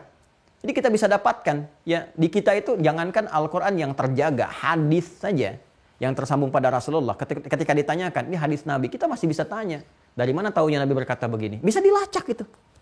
Dan itu dipertanggungjawabkan secara ilmiah. Dari si fulan, dicek si fulannya. Ada yang ngarang lagi kitabnya, menjelaskan profil si fulan, dijelaskan. Si fulan itu lahirnya kapan, tempat diri, sampai karakternya, sampai ke situnya. Itulah yang menjadikan ilmu yang menopang kekuatan beragama di Islam itu terjaga semuanya. Jadi bisa dicek originalitasnya. Ini yang nggak ditemukan dimanapun. Silakan tunjukkan, komparasikan dengan yang lain. Tunjukkan, begitu ada klaim begini, dari mana taunya? Benar Tuhannya berkata begitu, dilacaknya dari mana? Dari Nabi. Tahu dari mana Nabinya berkata begitu? Siapa yang menyampaikan? Si fulan nulis, si fulan dari mana? Jalurnya bisa nggak diteliti? Anfulan, sampai ketemu sosoknya. Ya, di Islam ada. Bahkan dijelaskan kepada kita kualitasnya. Kalau ini nggak ada sedikit hafalan menurun dari titik ke koma, turun kualitasnya begini. Ya, mesti ada penguat yang lainnya. Maka turun dari hadis sahih ke hasan, turun lagi terus. Ya, maka ada kualifikasinya. Nah, itulah presisi tertingginya gitu. Ya, maka bersamaan dengan kitab ini dijelaskan semua secara sempurna sekali. Ya, dan dijelaskan konsekuensi seperti tadi yang saya terangkan. Nah, jadi kalau manusia turun berkehidupan dari sejak manusia pertama telah berlangsung, kan? Ya, sampai kita saat ini misalnya kan berlangsung. Ini begitu kemudian diawali berkehidupan itu, maka dua jalannya kan berlangsung secara bersamaan. Ya, sifat pilihan, sifat ikhtiar. Ikhtiar ini ada untuk menunjukkan keadilan Allah Subhanahu wa taala. Allah adil. Ya, dengan adilnya dipersilahkan untuk berikhtiar, ya kan? Untuk menempuh jalan ini. Tapi dengan keadilan itu diberi petunjuk supaya berhasil dan sebagainya. Ya kan? Dan keadilan Allah berlaku kan bagi semua makhluk, bukan untuk manusia saja. Ya, jin iblis ingin membuktikan kesombongan kan, Allah mesti adil kan? Ya, ketika dia ingin membuktikan, Allah mesti adil. Kalau nggak adil diberikan kesempatan misalnya, diberikan waktu untuk pembuktian itu, ya, dibiarkan klaim begitu saja, dia akan mengatakan, Allah kok nggak adil, saya nggak diberikan waktu untuk membuktikan itu dan sebagainya. Ya kan? Nah, maka Allah mengancam kan, dan Allah maha tahu, sebelum itu terjadi maha tahu dengan karakter, sifat dan sebagainya. Allah sampaikan, kamu diberikan waktu membuktikan, padahal itu Rahman lagi, ya Allah ya Rahman, please, kenapa sih kamu begitu? Ya kan? Ya Rahman, saking sayangnya Allah, kalimat-kalimat itu kan memberi kesan untuk taubat. Ya, tangguh ini tobat, tapi nggak dipilih karena sombong tadi. Akhirnya dia pilih fa'anzirni, kan? Rabbi anzirni, ya Allah beri tangguh aku. Sudah, kamu termasuk dari minal munzarin, diberikan waktu, ya kan? Diberikan tangguh sampai dengan hari kiamat, ila yaumi yub'atsun, sampai hari kebangkitan dan sebagainya. Tapi nanti resikonya neraka jahanam. Dia pilih juga hanya untuk membuktikan kesombongan saja gitu ya. Nah, kadang-kadang ada orang yang ingin meraih sesuatu hanya untuk sombong aja. Hati-hati tuh ya. Hati-hati tuh. Ya, pengen barang hanya untuk sombong, pengen kedudukan hanya untuk ria dan sebagainya. Itu penyakit iblis juga yang menular. Hati-hati ya. Kita harus terbebas dari semua itu. Kalau nggak ada maslahat berarti penyakit. Ya, kalau nggak ada maslahat berarti penyakit. Balik ke sini. Ya, karena ada ikhtiar di sini, maka ada jalan kesolehan. Ini satu. Ada jalan kesalahan yang menyimpang. Nih. Ya, hati-hati. Maka sistem dibuat berdasarkan hukum seperti ini. If'al, la taf'al. Kerjakan, tinggalkan. Jalan kesolehan terbentuk dari personal kita sendiri, dari mulai kepala sampai dengan ujung kaki. Mata yang solehnya begini, yang salah begini. Jangan lakukan yang salah ya, nanti resikonya akan begini, puncaknya seperti ini. Yang soleh kerjakan ya, nanti akan begini, hasilnya seperti ini. Kan? Ada hukum umum yang berlaku dalam berkehidupan. Ya, kalau kita dapatkan yang halal akan begini, yang haram akan seperti ini. Kalau menipu begini, kalau jujur seperti ini. Soleh, salah. Kan? Yang soleh supportnya malaikat. Sistem lagi tuh. Tadi kembali ke sini, kesimpul yang kedua. Disopotkan oleh malaikat, jiwanya takwa terus berlangsung. Manusia menjalani sampai akhir kehidupannya. Ini kalau sugronya kan disebut dengan ajal. Ya kan? Ya, walikulli ummatin ajal, Quran surah ke-7 ayat 34. Nanti kubranya kan kiamat itu. Ya kan? Dijalani terus kan? Dalam perjalanan ini ingat, ada makhluk turun kan? Tuh, ada makhluk turun, Quran surah 2 ayat 38 yang ikut turun juga kan? Ya kan? Ketika sistem ditetapkan, dijalani, makhluk turun juga kan? Ya, yang turun siapa? Adam, Hawa, tapi iblis juga sama untuk membuktikan kesombongan. Maka dia iblis memprovokasi yang salahnya, yang fujur, yang soleh jiwanya takwa di sini, yang sini jiwanya fujur. Soleh jadi solihin, dikonfirmasi nanti jadi muttaqin solihin. Makanya kita dapatkan innal muttaqina, puncaknya jannah. Itu kan fujur, orangnya fujar. Ya, wa innal fujjara lafi jahim, puncaknya jahanam, gitu kan? Ini yang provokasi setan ke sini. Diarahkan supaya salah, supaya menyimpang dan untuk buktiin kesombongan aja. Nah, nanti di tengah-tengah kan tetap Allah berikan jalan untuk berikhtiar, akal berpikir, hati mencerna, hidayah diberikan. Ya, itu rahmannya Allah, ada hidayah, diberikan petunjuk lewat pendengaran, ya, dan hukum dibuat. Apa hukum terkait hidayah? Quran surah 29, Al-Ankabut, ayat yang terakhir. Ya, lihat ayat yang terakhirnya. Walladzina jahadu fina lanahdiyannahum subulana. Ya kan? Dan orang-orang yang memang berusaha sungguh-sungguh menangkap, berusaha tangkap tuh, ya, bersungguh-sungguh berusaha menangkap apa yang dia tangkap itu, ya, petunjuk-petunjuk kami. Ya, petunjuk-petunjuk kami, lanahdiyannahum, kami berikan hudan, lanahdiyannahum pakai taukid tuh. Kami pasti akan berikan jalan kepada mereka, jalan-jalan menuju kami, untuk menuju jalan kesolehan ini. Tengah-tengah tuh tiba-tiba, ya, yang nggak pernah ke masjid kok bisa pulang kerja lewat masjid, ngelihat orang sholat, kok tiba-tiba di beranda muncul anak kecil hafal Quran, burung istighfar, astagfirullah, astagfirullah, astagfirullah, burung aja bisa istighfar, masa saya yang bukan burung nggak istighfar gitu kan? Terus ngelihat anak-anak kecil bisa nentukan tempat-tempat mushaf di Quran. Anak kecil nggak bisa melihat, kata orang, padahal ditutup pandangan dari maksiat oleh Allah supaya nggak lihat maksiat lagi gitu kan. Ya, dia hafal Quran. Kok bisa di beranda muncul itu, di beranda YouTube, ada status yang dibagi, kok bisa ngelihat, kok bisa dengar, kok bisa ada sentuhan ke jiwa, itulah hidayah. Kalau kita ambil, balik lagi ke sini, jalannya pindah dari sini, balik alur supaya benar, disebut taubat namanya. Sistem lagi, ada caranya lagi, seperti itulah berkehidupan. Ya, maka dengan keadilan Allah diberikan jalan ikhtiar, diterangkan konsekuensinya, dan kita mengerti. Tadi kan yang saya katakan kan, yang saya katakan masih ingat, manusia itu sekalipun memilih jalan yang salah, dia sadar itu salah. Makanya hatinya mencegah itu. Nah, makanya kita nggak bisa menyalahkan Allah. Ya, karena Allah sudah berikan segala puncaknya dengan keadilan, dengan segalanya. Nih, keadilan untuk berikhtiar, keadilan diberikan hidayah dan sebagainya. Perjalanan yang ditempuh manusia ini, teman-teman sekalian, perhatikan. Ya, dari sebelum dia lakukan, dari sedang dia lakukan, sampai akan dia lakukan, sampai berakhir kehidupan, ya, maka semua hal ini Allah harus memiliki sifat pengetahuan. Karena mutlak, sudah keharusan.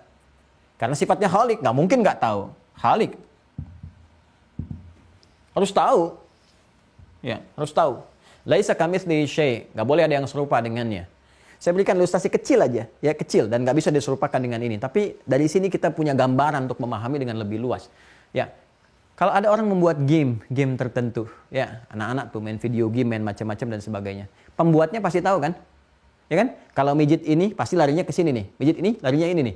Kalau bawa ini larinya gini, ya kan? Ya. Kalau dulu kan ada macam-macam lah. Saya nggak mau nyebutkan apa-apa karena saya juga hampir nggak pernah interaksi dengan yang begitu. Yang kedua, nggak mau nyebut endorse. Cuman saya sering lihat tuh anak main ini, main itu. Lihat, kalau kita lihat kan ada sistemnya juga tuh. Kalau dia ke sini, ada ini. Ada ini, berlaku seperti ini. Dan dia tahu, yang buat itu tahu. Kalau pijit ini pasti ke sini, ini ke sini. Kalau error begini. Jangankan itulah handphone yang kita kenakan. Yang bikinnya kan tahu. Feature-nya ini kemana, ini ke sini, ke situ, dan sebagainya. Tahu itu. Ya.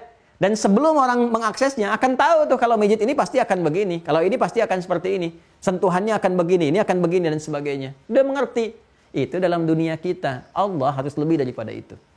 Maka sifat Allah, alimnya, ilmunya harus mengetahui segalanya. Sebelum itu terjadi, Allah sudah ketahui. Ya kan? Ya, kemudian sedang berlangsung pun Allah sudah tahu. Akan dilakukan pun Allah sudah tahu. Ya kan? Dan keadilan Allah itu yang memerintahkan hamba untuk berikhtiar. Cuma keadilannya menjadikan hamba untuk berikhtiar. Karena kalau nggak ada ikhtiar, sifat khilafah itu, ya, tugas khalifah di muka bumi, nggak akan sempurna berjalan. Ya, kenapa nggak akan sempurna di sini? Karena nggak ada kreasi dari manusia. Nggak ada manusia inisiatif membangun, nggak ada manusia inisiatif untuk memilih dalam berumah tangga, nggak ada pilihan-pilihan. Ya, nggak ada keindahan, nggak ada seni untuk menghadirkan keindahan dalam berkehidupan. Tapi keadilan Allah menjadikan kita punya sifat ikhtiar. Itu pun sayangnya Allah dibimbing lewat petunjuk hudan. Hudannya ada yang dari perangkat tubuh, mata, telinga, pendengaran, akal, sampai ke hati, sampai ke jiwa. Makanya apa yang dilihat, kadang-kadang nangis, kita sadar. Apa yang didengar, nangis, sadar, taubat, istighfar, dan sebagainya. Ya kan? Ini yang menjadikan kita itu mendapatkan kasih Allah. Sehingga berulang-ulang di surat Ar-Rahman. Rahman lagi namanya. Ar-Rahman, Ar-Rahman, Ar-Rahman. Fabi ayyi ala'i rabbikuma tukadziban. Fabi ayyi ala'i rabbikuma tukadziban. Makanya gak masuk akal. Bingung juga kalau masih ada yang ngikutin setan tuh bingung saya. Ya, kenapa harus dipilih gitu? Jangan seperti itu. Ya, kan kita sudah tahu konsekuensinya. Kan udah tahu kalau bohong itu salah. Kenapa masih bohong? Kan? Kan sudah tahu kalau korupsi itu salah, kenapa masih bisa korupsi?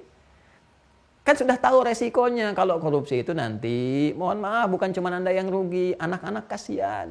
Dibully di sekolah, sampai stres nggak mau masuk, istri nggak mau gaul, karena disebutnya ini istri koruptor, ini bapaknya koruptor, kasihan sama anak-anak Pak. Kerja yang betul lah, kerja. Makanya di sekolah kami tuh kalau anak-anak berangkat selalu nitipin ke bapaknya tuh. Bapaknya nganter duluan, ibunya nganter. Kasih tahu, Pak, kalau berangkat cari yang halal ya, gitu kan. Kita sekolah dulu itu, Masya Allah gitu. Kesannya tinggi. Kesannya tinggi. Coba biasakan lah ya bisikan-bisikan supaya terjaga gitu. Supaya terjaga. Ya, nah ini kembali ke sini ya, kembali ke sini. Nah, saya ingin ke puncaknya ya. Jadi pengetahuan Allah ini akan menjangkau semuanya. Ya. Nah, ini harus nyata. Ya, karena apa? Menunjukkan keagungannya. Dan harus ada pembuktian. Ya, apa pembuktiannya? Ya, apa yang harus bisa diakses? Oleh siapa? Diakses oleh makhluk-makhluk nanti. Ya, yang membuktikan bahwa memang Allah mengetahui segalanya. Ya, dan sekalipun memberikan jalan ikhtiar kepada hamba, hamba berikhtiar. Kita tuh nggak tahu akan terjadi apa besok. Quran surah ke-31 ayat 34. Ya, ada 5 kan hak prerogatif Allah terkait dengan sistem kehidupan. Salah satunya adalah pengetahuan tentang masa depan. Innallaha 'indahu 'ilmus sa'ah. 1, hari kiamat. Wa yunazzilul ghaits, mengatur cuaca iklim, keberadaannya yang berselaras dengan keadaan kita. Wa ya'lamu ma fil arham, tentang segala ketentuan dalam rahim, segala ketentuan. Ya, apakah kemudian dia terlahir bagaimana, seperti apa, karakter macam-macam dan sebagainya, kan? Wa mata dari nafsu madza taksibu ghadan, yang keempat, dan tidak ada yang tahu apa kejadian akan berlangsung nanti. Yang manusia katakan itu tentang masa depan cuma prediksi, makanya nggak ada kepastian, prediksi, ramalan. Ya, daripada ramalan dengan lamaran. Lamaran tuh jelas gitu, ada kaidahnya. Ramalan tuh nggak ada kaidah. Udah cuma ngeramal dan sebagainya. Ya kan? Nggak ada petunjuk di situ, kecuali ya itu aja, konektivitas dengan jin dan sebagainya, yang coba nyuri-nyuri, yang dulu pernah ada akses di lingkaran dekat malaikat, terusir dari situ, pengen nyoba-nyoba lagi gitu. Ya, yang kalau kita balik ke sini. Jadi nggak ada yang pasti sifatnya. Ya, fazaduhum rahaqa di surat Al-Jin itu, maka menambah kerugian aja, capek komitmen itu. Maka di sini harus dikonfirmasi. Maka apa yang dikonfirmasikan? Perbuatan hamba yang di sini, yang dipilih saleh dengan salah itu, nanti dikonfirmasikan lewat kitab ini. Kitab amal namanya. Amal kan perbuatan. Kita kan berikhtiar beramal menempuh ini. Ya, dengan hidayah Allah diberikan pada kita, kita beramal. Makanya Allah kan sampaikan, wa qul i'malu fasayarallahu wa malakum. Silakan beramal aja, berikhtiar kamu, dikasih hidayah, kasih ini. Ya. Maka nanti akan dilihat, ditinjau, ya. Dan akan berkesesuaian dengan apa yang Allah tetapkan. Ya, apa yang Allah tetapkan? Kalau benar baik dapat surga. Kalau menyimpang salah, dia memilih seperti itu, ya dia berlanjut ke neraka, ngikutin setan, ngikutin iblis, dipidatoin sama iblis, akhirnya tragis, ya kan? Dan Allah mengetahui semua itu, berkeadilan Allah buatkan sebuah sistem. Allah mengetahui, berikan hidayah, berikan dorongan, ini sistem. Sebelum terjadi, sedang terjadi, akan terjadi. Maka pekerjaan kita, amal kita untuk menempuh jalan ini, teman-teman sekalian, ya, dalam dinamika yang terjadi, itu ada amal yang dicatat. Ya, karena itu support untuk catat amal itulah kita bahas, ya, dalam sub yang kedua ini, simpul kedua tentang malaikat. Masih ingat kan malaikat Raqib dan Atid? Ya, yang sifatnya Raqib dan Atid. Bahkan perkataan pun sudah tercatat di Quran surah ke-54 itu, teman-teman sekalian. Di ayat 18-nya. Ayat 18-nya. Ma yalfidhu min qaulin illa ladaihi raqibun atid. Tidak pernah bahkan keluar satu ucapan pun kecuali tercatat. Ada malaikat yang mengawasi, ada yang lekat kan dengannya. Nah, mohon izin teman-teman sekalian, mohon maaf ya. Ini masih bukan coret-coret ya. Ini kan lingkaran, masih terbaca kan. Sebab saya berjanji dari awal nggak boleh coret-coret. Tolong ingetin ya. Saya nggak boleh coret-coret. Ini masih bisa kebaca tuh. Masih ada jalannya. Ya, lihat baik-baik teman-teman sekalian. Jadi ini dicatat lewat amal. Kita punya amalan. Telah saya terangkan ya. Ingat di malaikat yang Raqib dan Atid yang pernah saya terangkan itu. Amal dicatat, catatan sempurna. Saat dihisab, yang baik tangan kanan kan? Ya kan? Biyamini. Ya, kemudian yang jelek ya sudah diberikan tanda di belakang punggungnya. Ya, dia berkata kemudian wayat ufubora. Kemudian dia berkata celaka aku dan sebagainya. Ya. Awas, hati-hati nih. Ini sudah ada. Nah, ini teman-teman sekalian, amalan kita yang tercatat dihisab oleh Allah Subhanahu wa taala di hari kiamat kelak, maka semua akan terkonfirmasi. Terkonfirmasi dengan apa? Dengan pengetahuan Allah yang Maha mengetahui semua tindakan hamba yang tercatat. Kitab amal yang ada di sini akan dikonfirmasikan dengan kitab qadar yang telah menunjukkan pengetahuan Allah tentang semua kejadian ini, baik sebelum berlangsung, sedang berlangsung, akan berlangsung, dengan kitab catatan juga yang berada di Lauh Mahfuz. Dari mana dalil ini ditemukan? Di Quran surah ke-57 ayat 22 sampai 23. Dah. Yuk kita baca. Sudah? Ma asaba, ada Quran surah ke-57 Al-Hadid ayat 22 sampai 23. Paling kiri sebelah bawah sedikit. Ini udah saya bukakan nih mushafnya nih. Ya, supaya sama-sama ingin menunjukkan bahwa ayo adakan mushafnya gitu kan, adakan mushaf supaya bisa dilihat dan diamati. Ada ma asaba min musibatin fil ardi wala fi anfusikum illa fi kitabim min qabli an nabra'aha. Inna dzalika 'ala Allahi yasir. Ada? Allahu Akbar. Itu ayat dua-duanya. Ayat dua-duanya. Ma asaba min musibatin, ya. Tidaklah sesuatu yang menimpa itu terjadi. Ya, asaba yusibu, musibah itu segala yang kita alami. Ya, jadi musibah itu konotasinya netral asalnya teman-teman sekalian. Asalnya netral, semua yang kita alami dalam kehidupan ini. Baik yang bernuansa suka ataupun yang kita rasakan duka. Awas ya, baik yang bernuansa suka ataupun yang kita rasakan apa? Duka. Jadi semua yang kita alami, ya kan kita mengalami kesenangan, kesedihan, ya, kebahagiaan, ketentraman, kenyamanan dan macam-macam. Ya, jabatan kita dapatkan, misalnya promosi, harta kita dapatkan, saat yang sama ada pengurangan dari harta, ya, ada kecelakaan pada pekerjaan dan macam-macam dan sebagainya. Nah, itu semua yang kita alami. Cuma biasanya psikologi manusia itu kan selalu mengaitkan musibah itu dengan yang dukanya saja. Itu kan dia kena musibah tuh, gitu kan, kenapa kepleset di jalan. Itu kan dia kena musibah tuh, kenapa jatuh begini. Itu kan pada yang dukanya aja, padahal semua musibah. Ya, semua yang kita alami itu musibah, semua yang kita alami karena asalnya dari kata asaba yusibu, yang menimpa, yang kita alami juga.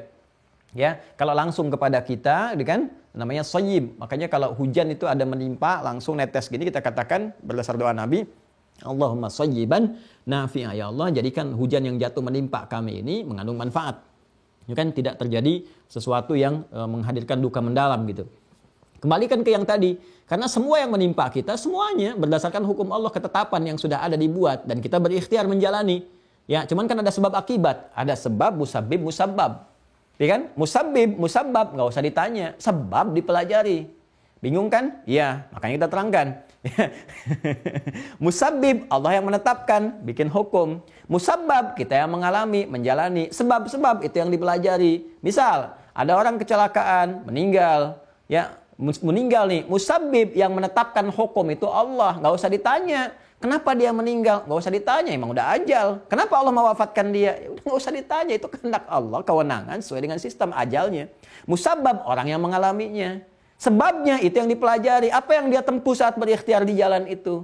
Apakah kendaraannya betul? Atau jangan-jangan kecepatan terlampau tinggi? Atau berkendaraan misalnya sambil main Instagram, ya, sambil lihat-lihat YouTube, sambil telepon-teleponan, macam-macam. Itu yang dipelajari. Begitu terjadi itu semua, musabbib nggak ditanya, kenapa Allah mewafatkan dia? Udah, itu selesai, tiba ajal. Kenapa dia yang wafat? Karena bagian dia meninggal, ajalnya tiba, selesai. Tapi sebabnya dipelajari, jadi hukum buat kita. Jangan lagi mengendari kendaraan dengan kecepatan melampaui batas, apalagi sambil main-main misalnya media sosial, ya, menghidupkan telepon macam-macam dan sebagainya sehingga konsentrasi itu tidak bisa fokus dengan baik, ya. Nah, itu yang disebut dengan bagian-bagian dalam lingkar kehidupan. Tapi jangan lupa, bukan hanya suasana duka, yang suka pun demikian. Karena semua masuk sistem, semua kehendak Allah sudah diatur. Kalau begini jadi begini, ini jadi seperti ini. Itu Allah buat sistem. Manusia berikhtiar. Sistem itu semua baik. Baik semuanya dengan semua resiko dijelaskan. Ya, karena semua baik, karena bersumber dari yang maha baik. Kalau manusia memilih salah, itu salah manusia, jangan salahkan Allahnya. Ya, kayak gini di sekolah ditetapkan oleh kepala sekolah, ya. Semua ujian ya, nanti pas ujian akan diukur bagus, belajar semuanya. Belajar, kalau belajar naik kelas begini. Kalau tidak belajar nggak naik kelas akan dihukum begini. Kepala sekolah sudah baik menerangkan, bahkan tentang hukuman pun supaya trigger naik kepada yang baik, jangan jadi begini. Ya, diarahkan supaya mengarahkan kepada yang baik. Terus ada anak nekat gak belajar, padahal udah diberitahu. Apakah yang salah kepala sekolah? Tidak. Kepala sekolah tetap baik, yang salah anaknya. Laisa kamitslihi syai', nggak ada yang sama serupa dengan apa yang Allah sampaikan. Tapi kurang lebih gambaran tadi, logika yang pengantar yang tadi disampaikan bisa menangkap, oh ya Allah tuh maha baik, diberikan semua punya Allah. Ya, inna lillah, semua punya Allah. Inna, bahkan diri kita pun inna lillah, semua milik Allah, semuanya. Yang punya Allah, kita nggak punya apa-apa kok. Itu kan? Ya wa inna ilaihi raji'un. Bahkan karena kita punya Allah, maka kembali pada yang punya. Ya, kembali pada yang punya. Ya kan kalau kita dititipin sesuatu, kita balikin pada yang punya. Kita dititipan, istri titipan, anak titipan, suami titipan. Satu saat akan pulang pada yang punya. Jaga titipan dengan baik. Dan tangan ini titipan, mata titipan, jaga dengan baik. Makanya yang menitipkan itu membuat hukum. Ini tangan gunakan begini ya, jangan dipakai begini. Mata gunakan begini ya, jangan dipakai begini. Kalau kamu jaga betul semua, aku lekatkan abadi selamanya sampai pulang. Ditempatkan jadi abadi, melekat pada kita. Ditempatkan di surga, indah. Allah maha baik. Maka kita katakan inna lillahi wa inna ilaihi raji'un.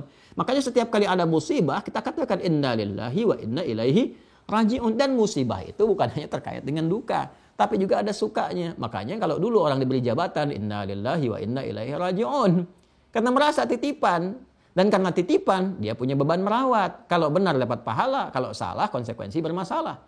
Ya, makanya ketika titipan itu jabatan misalnya diberikan pun, kedudukan diberikan, tetap Allah tegaskan, itu Allah yang amanahkan. Nah, masuk pindah suratnya ke Quran surah berapa? Surah ketiga, Ali Imran. Ya kan? Dari ayat berapa? 26 sampai 27 kita dapatkan qulillahumma malikal mulki tu'til mulka man tasha' wa tanzi'ul mulka mimman tasha' wa tu'izzu man tasha' wa tudhillu man tasha' biyadikal khair innaka 'ala kulli syai'in qadir sampai tulijul laila fin nahar dan seterusnya. Bahkan malam, ya, kemudian gelap, siang dan sebagainya pun Allah yang mengatur semua kok. Ya, makanya di Al-Baqarah di Quran surah kedua ayat 156, ya, setiap kali kita mendapati ujian kita katakan alladzina idza asabathum musibah qalu inna lillahi wa inna ilaihi raji'un, untuk membangun kesadaran pada diri kita semua punya Allah kok. Allah sudah tetapkan kok. Sudah ada semuanya kok dan seterusnya, gitu kan? Nah, karena psikologi manusia menganggap musibah itu selalu lekat dengan yang dukanya aja, makanya dikasih gambaran di ayat 155-nya untuk membangun kesadaran. Biasanya lupa kalau ada yang senang, yang ada yang duka saja. Makanya di ayat 155 dicontohkan oleh Allah yang sering menghadirkan duka, lupa untuk bermunajat, lupa untuk menyadari bahwa semua sudah ada sistemnya. Ya, maka di Quran surah kedua ayat 155 Allah berfirman, Al-Baqarah 155, paling kiri sebelah atas. Walanabluwannakum bisyai'. Allah akan uji dalam berkehidupan dengan segala hal. Ini untuk menstimulus sistem kehidupan itu. Ada ragam-ragam ujian ya untuk mendorong sistem bekerja. Untuk menunjukkan kebenaran nyata bahwa apa yang Allah buat itu Allah telah tetapkan ada manfaatnya, ada maslahatnya untuk kita semua, kan? Walanabluwannakum bisyai' minal khauf, ya, rasa kegelisahan. Ada kan pernah gelisah kan? Ibu gelisah kalau akhir bulan, ya, uang bulanan belum tiba, gelisah kalau anak belum pulang dari sekolah padahal jam waktunya udah pulang, gelisah kalau di kantor belum ada ketetapan tentang jabatan apakah naik atau enggak, ya kan? Para menteri gelisah dari reshuffle apa enggak gitu kan. Kemudian apalagi para diplomat gelisah jadi penempatan atau enggak, gitu kan? Para birokrat gelisah ada pergantian atau enggak, ya, pedagang gelisah ini kursnya dolarnya naik atau enggak, pengaruh enggak, ada pembeli enggak, ya, Covid-nya bagaimana ini, tahunannya jadi libur apa enggak sebetulnya gitu kan, macam-macam tuh, semua gelisah. Ya, tapi kan semua kegelisahan itu untuk apa? Untuk mensupport, jadi trigger, jadi katalis supaya ada perencanaan. Dari situ kalau orang benar paham sistem, dia baca di Quran apa nih? Oh, ada surat Al-Insyirah, cari hikmah nih. Oh, apa nih kalau ada begini? Fa idza faragta fansab ila rabbika farghab. Ah, daripada gelisah, bikin status gak jelas, ya baru mendung dikit udah bikin status. Suasana mendung kali ini di Bekasi ya, begitu gelapnya, nggak ada solusi. Ya, kalau mendung tuh siapkan jemuran angkat, siapin dalam suasana mendung itu ngapain, zikirnya apa, di rumah ngapain, itu fa idza faragta fansab. Kalau selesai yang kemarin selesai, tuntas sekarang, siapkan lagi. Apa rencana yang mau dibuat? Wa ila rabbika farghab. Itu tawakal deh. Kan kita nggak bisa ngatur cuaca. Emang dengan bikin status kemudian mendung selesai? Tidak.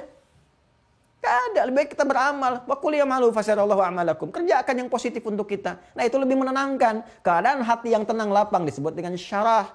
Ya, kalau sudah muncul karakternya disebut insyirah. Makanya suratnya disebut al-insyirah. Ya, alam nasyrah laka sadrak. Gitu kan? Bukankah sudah aku lapangkan keadaan jiwamu? Ya, ini khususan pada Nabi Muhammad SAW.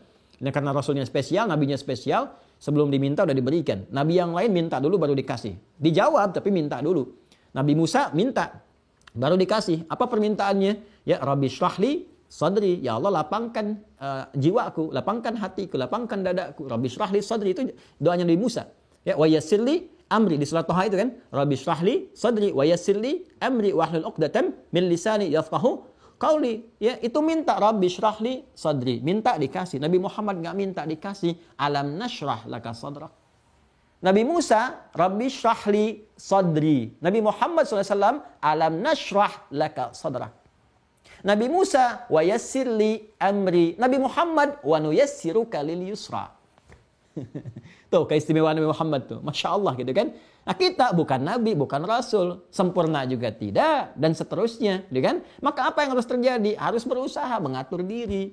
Mengarahkan pada yang baik, beramal pada yang benar. Gimana caranya? Ikuti pedoman sehingga sistem berkehidupan terjaga, nyaman, tenang, tentram, bahagia. Sudah meninggal, selesai. Meninggalnya pun tenang. Ya ayat Tuhan nafsul mutmainnah. Selesai. Itulah kehidupan. Ya, jadi kalau kita benar, kegelisahan tuntas. Minal khauf wal ju', lapar. Itu kita cari makan dan sebagainya. Ya, wa naqsi minal amwal, harta mulai berkurang. Wal anfus, ada yang sakit. Itu kan ujian juga. Ya kan? Sampai meninggal. Wat thamarat, hasil kerja keras diambil orang. Ya, diterjemahkan dengan buah-buahan ya. Menurut saya agak kurang detail. Ya, kalau ujian hanya diberikan bagi tukang buah, maka kurang adil karena tukang sayur nggak diuji gitu kan. Harus berkeadilan. Thamarat di situ memahaminya pakai balaghah. Ya, pakai majas atau kinayah, kita bisa ambil itu. Artinya Pak, ini tinggi sih Pak. Quran itu luar biasa tinggi karena berasal dari yang maha tinggi, yang maha agung gitu ya.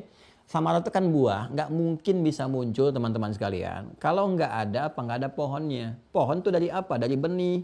Jadi ada orang tuh dari benih nanam, dirawat, nanam mangga, nanam padi, macam-macam dan sebagainya. Udah mau metik buahnya, besok mau panen, diambil orang. Kalau diterjemahkan dengan kiasan, konteks kita sekarang, Bapak yang ikut tender, udah siap semua riset, biaya keluar macam-macam, tender berhasil. Proyeknya diserobot oleh orang. Itu maksudnya. Wat samarat. Ya wabasyiris sabirin, ini dia pasangannya. Dalam suasana kita mendapati duka, maka ada sabar. Ini dia nih. Nih sikap hidup proporsional. Jadi kalau tahu kita sistem kehidupan, mengerti. Ya, belajar di pedoman hidup di Hudan tentang ujian tuh akan begini, ujian tuh begini sifatnya. Mengatasinya begini, sistem kehidupan tuh begini, nyari yang halal begini, cara ngatasin setan begini supaya nggak terjebak pada jalan yang salah. Kalau kejebak di sini balik lagi supaya bisa melepaskan jebakan, balik dengan taubat. Ini jadi hidupnya proporsional. Kalau sedang ada duka, dia sabar. Tuh. Sabar itu bukan diam, sabar itu solusi. Dia berkontemplasi, merenungkan jalan terbaik untuk mengatasi masalah itu. Ada ujian di rumah tangga, sabar dulu nih.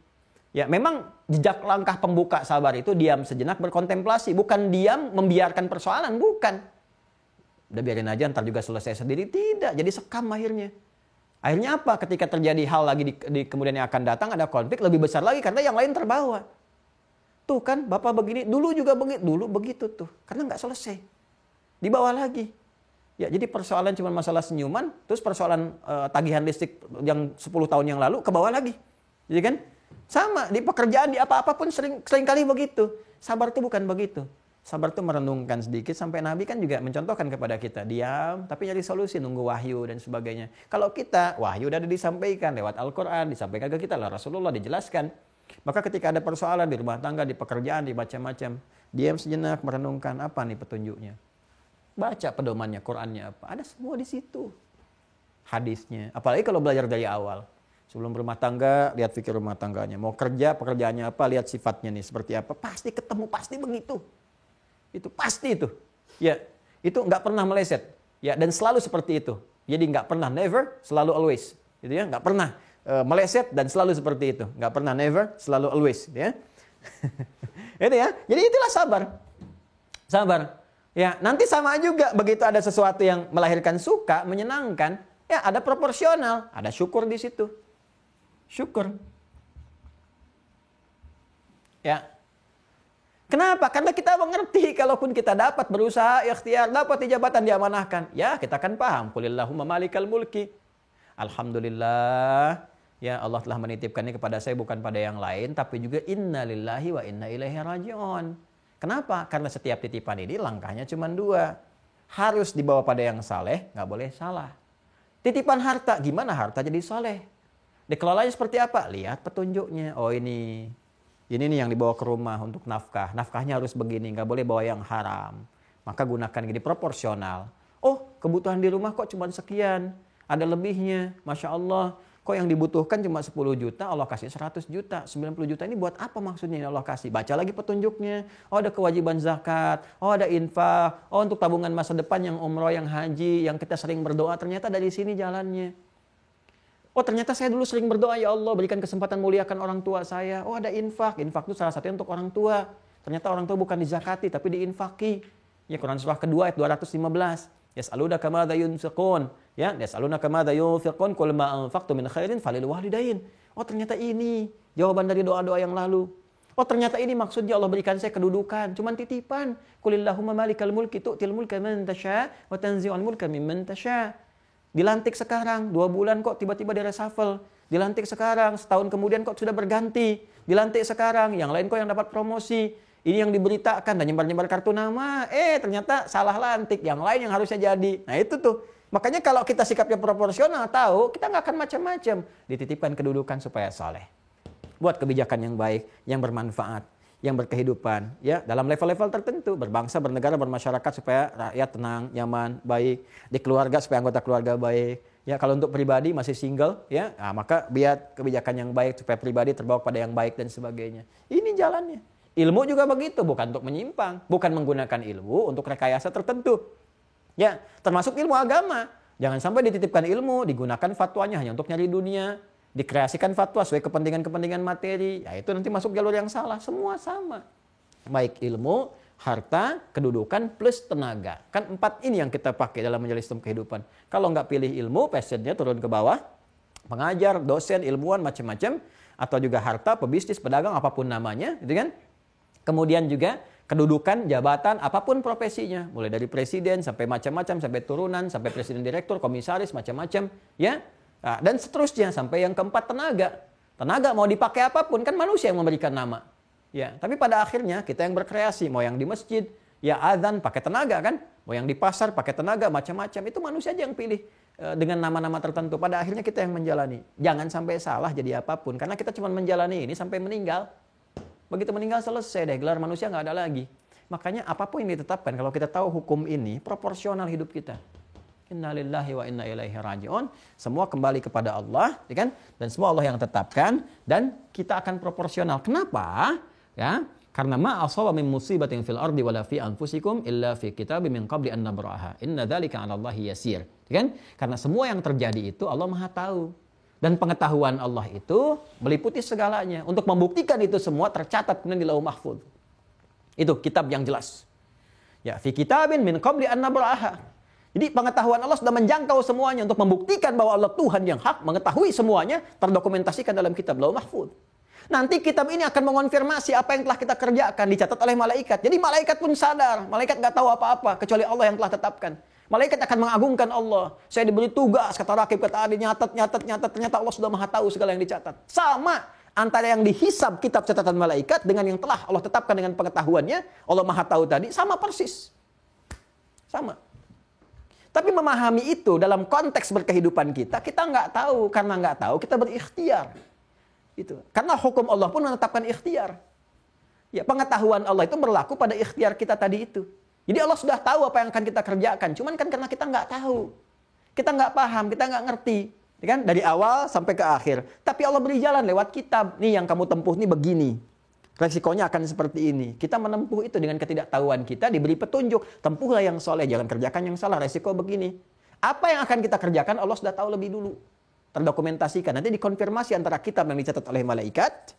Saat kita kembali kepada Allah dengan apa yang telah Allah ketahui yang disampaikan untuk menunjukkan keagungan Allah dengan sifat alimnya. Maka di situ kita sadar bahwa apa? Likaila ta'sau 'ala ma fatakum wa la tafrahu bima atakum. Ini proporsional. Jangan terlalu banyak berduka kalau mengalami sesuatu. Ya kan? Kenapa? Karena kita sudah wajar zata, oh ini maksudnya begini, hikmahnya begini, ya kan? Dan Allah Maha tahu dengan segalanya ini. Makanya kalau ada sesuatu yang hilang, ke masjid, mau tobat, mau soleh, mau baik, pulang-pulang sandal hilang, cari dulu. Cari gitu kan? Dan dicari lama-lama nggak ada kan?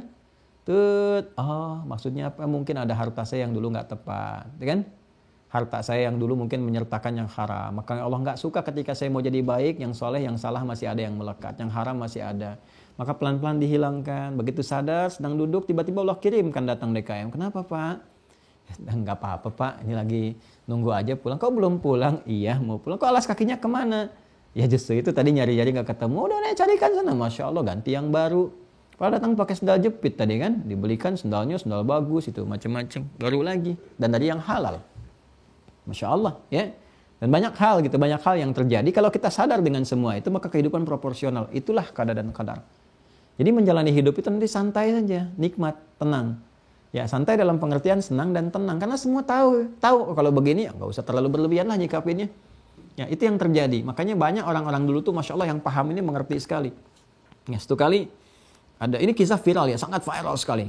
Sering banyak ustadz juga menyampaikan informasi ini karena memang viral kisahnya. Hampir orang-orang belajar itu mengetahui. Ada seorang Arab Badui teman-teman, orangnya soleh, baik, mengerti tentang qada dan qadar. Dia sedang makan tuh. Saat makan diinfokan masuk ke tendanya orang mengatakan, "Hei fulan, anak kamu meninggal diterkam serigala," katanya. Dia cuma diam begini. Oh, inna lillahi wa inna ilaihi rajiun. Makan lagi. Orang ini heran. Apa nggak dengar suara saya? Dia katakan lagi, "Ya fulan, anak kamu itu meninggal diterkam serigala." Orang-orang udah pada ngumpul kan, bahasa kita begitu. Nah, kamu meninggal. Dia diam lagi begini, dia katakan, "Inna lillahi wa inna ilaihi rajiun." Makan lagi. Kesal orang ini. Karena Anda bayangkan, ya dia saking kesal, ini anak sendiri, ini apa nggak peduli nih bapak ini. Dia katakan, "Hei fulan, dia kan anak kamu ini meninggal, dia kan diterkam serigala.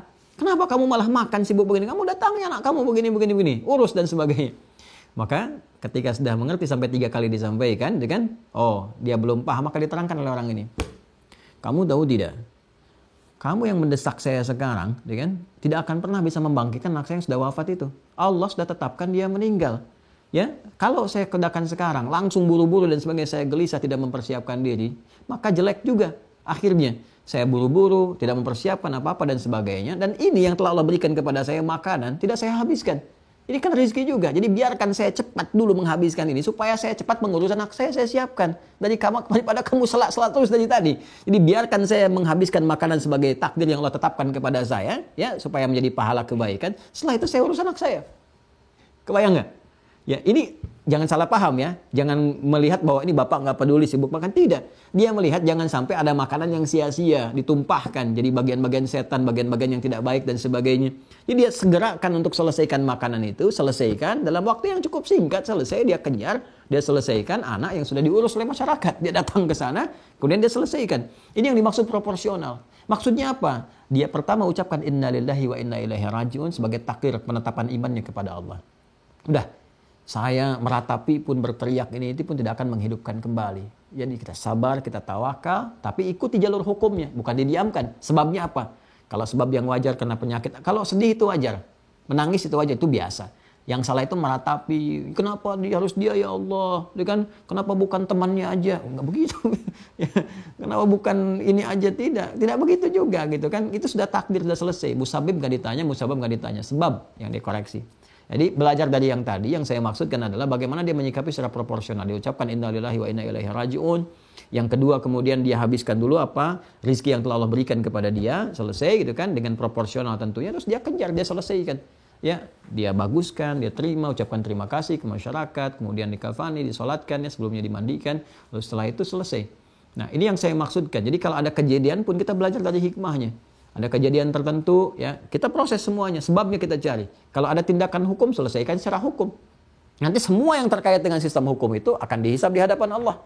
Ya ada tindakan pencurian misalnya, pencurian ya kalau dibiarkan akan merasa benar, maka laporkan pada yang berwajib. Ya begitu dilaporkan, itu akan mengikat semua sistem itu.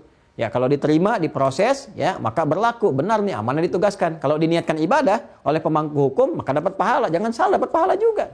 Kalau diniatkan ibadah. Dapat pahala, sistem berlaku. Ya, dan sebagainya. Kalau tidak diproses dan sebagainya, ya dapat dosa juga. Nanti hukum dunia juga berlaku. Bisa ditegur oleh pimpinan, bisa dimutasi, bisa macam-macam, bisa terjadi gitu kan. Nah, itu hukum yang dibuat. Karena kenapa? Ada keseimbangan dalam hukum. Dan keseimbangan itu mizan namanya. Jadi nggak boleh, hukum Allah itu harus stabil semua. Ya, ada sebab akibat, ada aksi reaksi, ada dampak dan sebagainya. Nah, itu yang terjadi. Jadi singkatnya, memahami qada dan qadar. Kalau kita mengetahui dengan baik, belajar mendekatkan Al-Quran pada kehidupan kita, makanya Al-Quran, ya Allah, Al-Quran. Ayo baca yang sering ya supaya jadi penyemangat, motivasi, jadi syifa, jadi obat bagi jiwa, jadi rahmat ya. Setelah itu ngaji, lihat supaya paham ini. Kalau sudah paham nikmat menjalani kehidupannya. Nah, dari sabar dan syukur ini, maka apa yang terjadi? Ajaban li amril mu'min. Baca hadisnya. Ajaban, sungguh orang beriman itu kehidupannya mengagumkan. Ajaban li amril mu'min. Itu hadisnya populer kan? Viral kan? Ya, mengagumkan kehidupan orang beriman itu. Apa yang menjadi mengagumkan? Karena semua yang terjadi pada dirinya, dia pandang proporsional. Sama semua, nggak ada bedanya. Ada jabatan, nggak ada jabatan, sama hidup. Ada harta, nggak ada harta, sama proporsional. Ikhtiar yang dia tempuh. Apa? Ya, apa yang menjadi sama itu? Jika dia berada dalam keadaan mendapat nikmat, suka, syakara, dia bersyukur. Ya kan?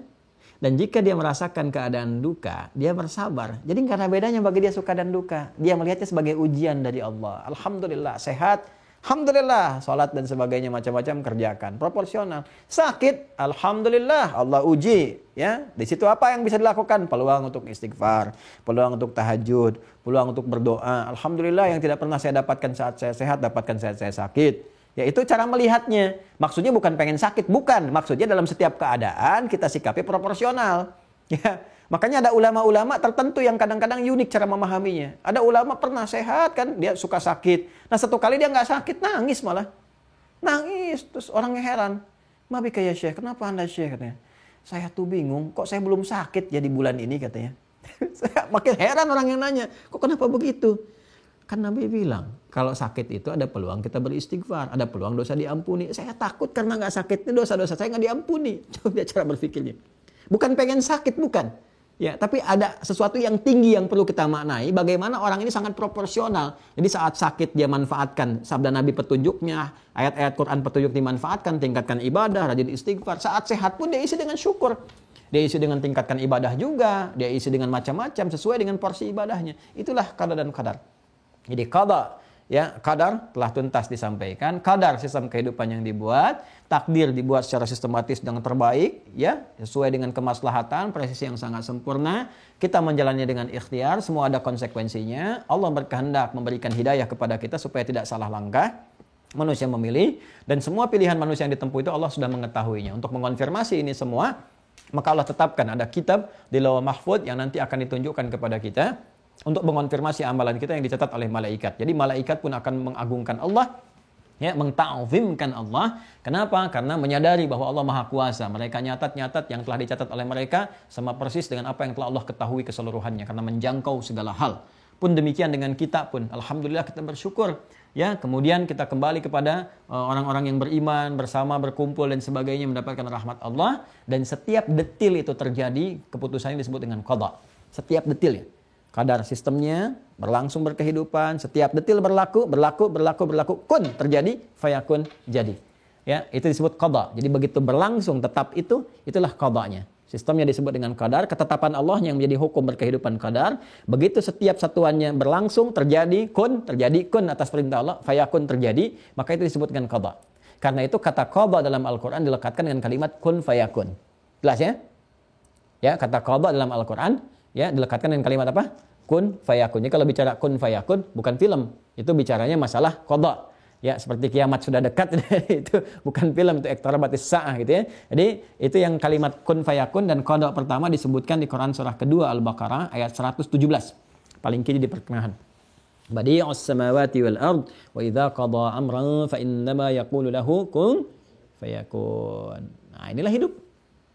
Ya, tinggal sekarang prakteknya kita jalani. Ya, sebelum menjalani, ya sama, harus melewati ujian. Seperti hidup pun menjalani ujian. Maka teman-teman sekalian, alhamdulillah, itu telah saya tuntaskan pembahasannya, telah nampak semuanya.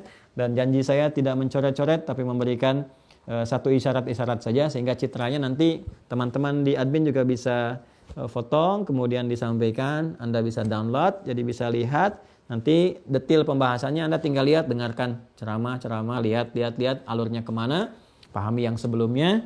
Setelah itu nanti cek pemahaman dengan mengikuti ujian. Wajib ya, ikut ujian wajib ya, yang telah tersambung dengan Mira, keluarga besar Mira. Karena kalau sudah masuk sistem, diaktifkan, artinya Anda terdaftar sebagai mahasantri di Mahad Islam Rafiah Akhir. Ini pesantren virtual pertama. Alhamdulillah sampai hari ini Setidaknya ada 7.000 orang dan angkatan pertama akan berakhir di akhir bulan ini.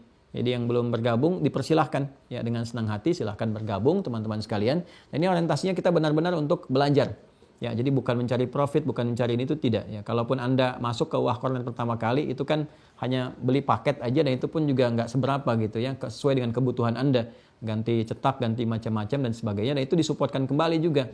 Hasil-hasil itu ada yang kita Zoom kan nggak bayar ya, dan saya nggak pernah minta iuran kepada teman-teman karena saya mencoba ingin sebaik-baiknya apa yang bisa kita lakukan sendiri. Nanti kalau ada gerakan berjamaah kita sampaikan. Ya, misal sekarang kita akan masuk ke pembangunan yang pesantren tingkat boarding school dengan fasilitas nanti yang Mira juga. Maka silahkan kalau mau teman-teman support ke situ aja gitu ya. Nanti atau yang terkait dengan Mira, YouTube-nya juga kita nggak ada iklan, nggak ada apa supaya belajarnya juga maksimal. Itu yang dimaksudkan. Jadi itu hanya kita berikhtiar, kita nggak tahu bagian mana yang disetujui oleh Allah. Dan kita nggak tahu di sisi mana yang diikhlaskan oleh Allah. Yang penting kita berdoa dan mohon saya didoakan supaya diikhlaskan oleh Allah. Kemudian yang kedua juga dimaafkan kesalahan dan diampuni dosa-dosa, itu yang paling penting yang kami harapkan. Saya kira itu semoga bermanfaat. Dengan ini tuntas 6 simpul ya yang telah kita pelajari. Tinggal penguatan dari kitab. Sebelum penguatan saya ingin ada ujian dulu. Setelah itu saya perkenalkan kitab-kitab. Ya. Ada beberapa juga yang dasar, yang pokok di perpustakaan juga masih ada beberapa. Ini Al-Qaeda Islamiyah kan belum kita baca semua, ya. Baru sebagian. Kemudian ini ada Fathul Majid, ya. Ini juga kitab cukup bagus. Kemudian nanti ada Al-Iqtisad fil I'tiqad yang kurikulum juga yang dipelajari. Ini ada yang standar-standar Al-Qaeda Ad-Diniyah, ini ya. Ya, anak-anak SD, karangan guru-guru mulia nih, yang disampaikannya ringan-ringan, padat-padat, hafalan-hafalan tapi dalam. Ini Mudzakarah fi Ilmi Tauhid yang kurikulum Al-Azhar. Ya, ini kurikulum Al-Azhar. Jadi kalau kita nanti ngaji ini insya Allah. Yang tadi ini Madinah juga ya, Fathul Majid kan dibahas juga nih. Di Madinah ini dibahas juga Fathul Majid. Ya. Kemudian yang ini yang agak besaran lagi nih. Ini Al-Azhar juga nih. Yang Al-Azhar punya nih. Ya, yang ini Ilmu Tauhid. Ya, di Kuliah Dirasat Islamiyah. Yang ini juga sama, nanti ada Al-Iqtisad fil I'tiqad karya Al-Imam Al-Ghazali, nanti kita kumpulkan juga. Nanti kalau sudah itu masuk ke abad kedua ketiga Hijrah, munculnya banyak setelah terjemahan filsafat dari Yunani, nanti ada pengaruh dialektika. Ini mulai disoal-soal tentang qadar, tentang ini apakah Allah tahu detail sesuatu saat akan dikerjakan, macam-macam lah. Padahal kita udah belajar ini. Dan zaman Nabi nggak banyak ditanya-tanya tuh yang seperti itu karena sudah jelas. Kan yang saya sampaikan tadi jelas kan? Gitu kan, dari awal ke akhir ini macam-macamnya lah. Kalaupun ada hal-hal yang diuji di ujian, dikonfirmasi pun terang jalannya dan nggak akan jauh jawaban dari apa yang tadi disampaikan. Ya waquli malu fasarallahu amalakum dan seterusnya. Macam-macam itu terkonfirmasinya ke sini.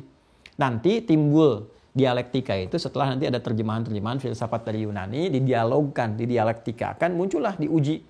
Makanya kan dalam ilmu logika itu hanya untuk menguji sebuah pembenaran. Kadang-kadang nggak ngasih solusi, cuman nguji aja statement. Benar nggak statementnya, premisnya benar nggak, tapi ngasih solusi nggak.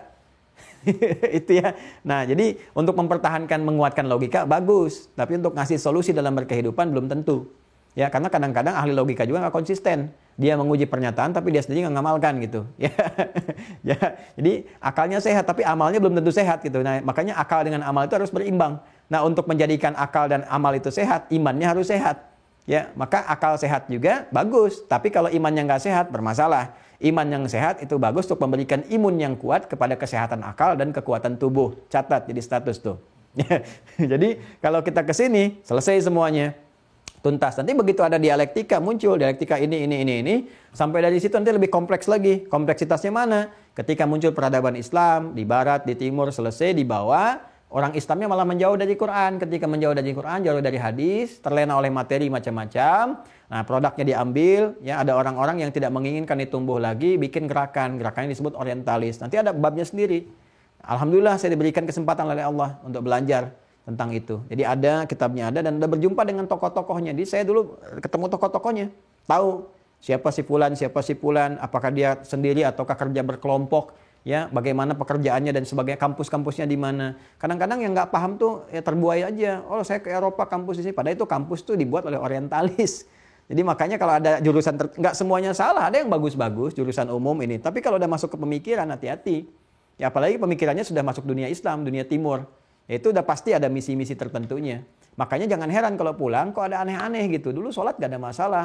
Sekarang kok jadi pada aneh. Nggak sholat pun nggak apa-apa. Yang penting berbuat baik gitu kan. Padahal Yang penting kan isinya, nah ini tadi yang saya katakan, filsafat itu kan salah satu menguji logika supaya benar. Tapi nggak diteruskan ke sananya, sehingga ada sifat bijak untuk beramal. Ini nggak nyampe situ, sampai ke logikanya aja.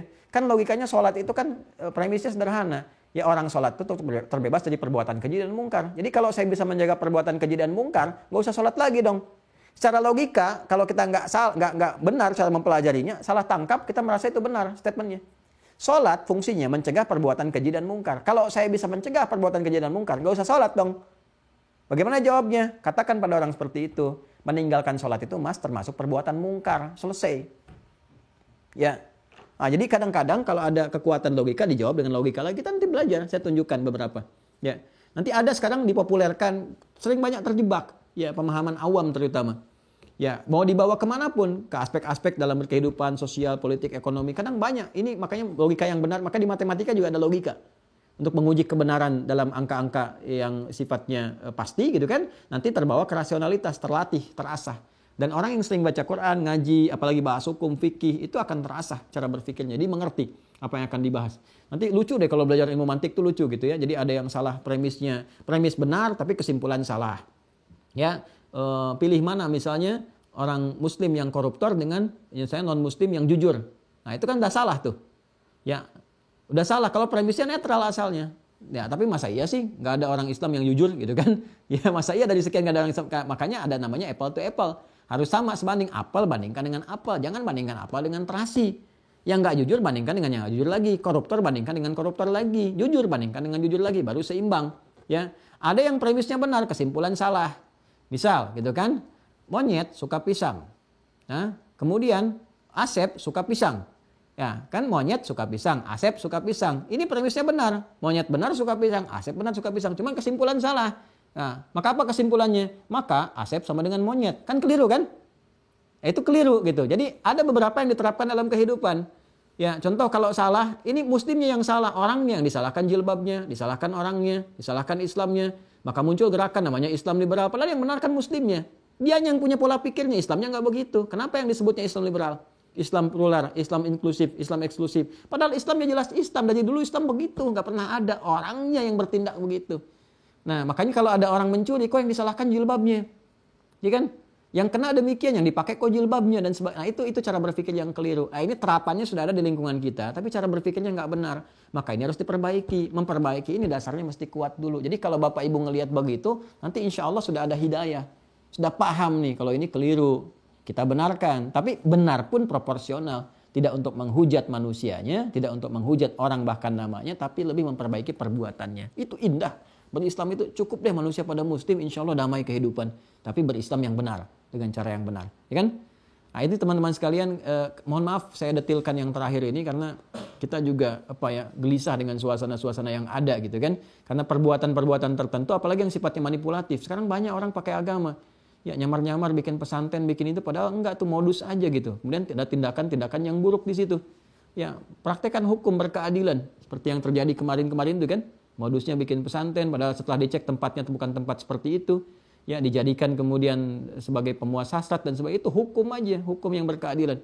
Ya, ternyata manipulatif. Tapi yang terjadi apa? Yang dikesankan media kan pesantrennya, ustadz dan sebagainya. Sehingga ada kesan-kesan orang takut dengan pesantren. Terus membuat trauma, buat ini, buat itu dan sebagainya. Ini yang cara berpikir yang keliru, yang tadi yang saya sampaikan. Yang monyet suka pisang itu gitu. Jadi kok ngelihatnya ke pesantrennya gitu. Padahal itu tahfidz juga bukan, ini juga bukan. Cuma dijadikan modus aja dan sebagainya. Nah terus kok yang diangkat cuman itu. Padahal bulan Maretnya di satu tempat di Medan itu ada kejadian juga. Dan bukan Islam, kepala sekolah juga gitu. Ya, nah itu juga jadi dikesan. Jadi disamakan. Jangan melihat kepada ras, agama tertentu, macam-macam. Ya kejahatan ya kejahatan. Makanya dalam Islam berkeadilan.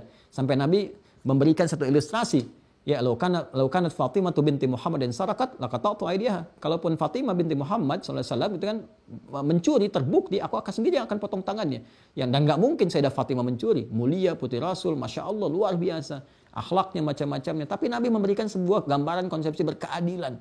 Mau ustadz, mau kiai, mau macam-macam lah. Kalau memang keliru, dibuktikan secara hukum, salah, ya berikan hukuman yang berkeadilan. Tapi kalau benar, ya jangan direkayasa gitu kan. Karena itu pun akan membawa konsekuensi pada kemuliaan yang saat kembali kepada Allah Subhanahu wa Ta'ala. Ini hanya pengingat ya. Jangan marah, hanya pengingat untuk kita semuanya. Ya, dan tidak kita menyoal orang per orang, tidak, tapi kita memberikan gambaran berkebaikan. Kalau seperti itu tenang kehidupan, insya Allah. Ya, ayo semuanya berpositif. Ya, saya mengajak semua berharmoni, kemudian semua saling memaafkan, saling ada dalam suasana baik, terutama berkehidupan berbangsa, bernegara. Insya Allah kalau semua dijalani dengan baik, kemudian bertujuan mulia sama-sama, Allah akan berikan ketentraman, kebaikan, kemuliaan pada diri kita, keluarga kita, bahkan kehidupan berbangsa, bernegara. Demikian untuk pertemuan hari ini. Terima kasih teman-teman sekalian. Semoga Allah rahmati. Mohon maaf kalau ada kata-kata yang kurang berkenan, kalimat-kalimat yang tidak pantas, sungguh tidak dimaksudkan. In uridu ilal islah mastata'at. Saya hanya berkeinginan yang baik seperti yang saya niatkan, tapi kalau dianggap kurang tepat, mohon dimaafkan. Semoga Allah mengampuni dan semoga Allah memuliakan kita semua. Demikian, Allahumma taqabbal minna innaka antas sami'ul alim wa tub 'alaina innaka antat tawwabur rahim. Rabbana la tu'akhidhna in nasina aw akhtana. Rabbana wa la tahmil 'alaina isran kama hamaltahu 'alal ladzina min qablina. Rabbana wa la tuhammilna ma la taqata lana bih. Allahumma ya Allah, Allahumma ya Allah, Allahumma ya Allah, wa'fu 'anna waghfir lana warhamna anta maulana fansurna 'alal qawmil kafirin. ربنا آتنا في الدنيا حسنة وفي الآخرة حسنة وقنا عذاب النار وصلى الله على سيدنا محمد وعلى آله وصحبه أجمعين وآخر دعوانا سبحانك اللهم وبحمدك نشهد أن لا إله إلا أنت نستغفرك ونتوب إليك والحمد لله رب العالمين. السلام عليكم ورحمة الله وبركاته.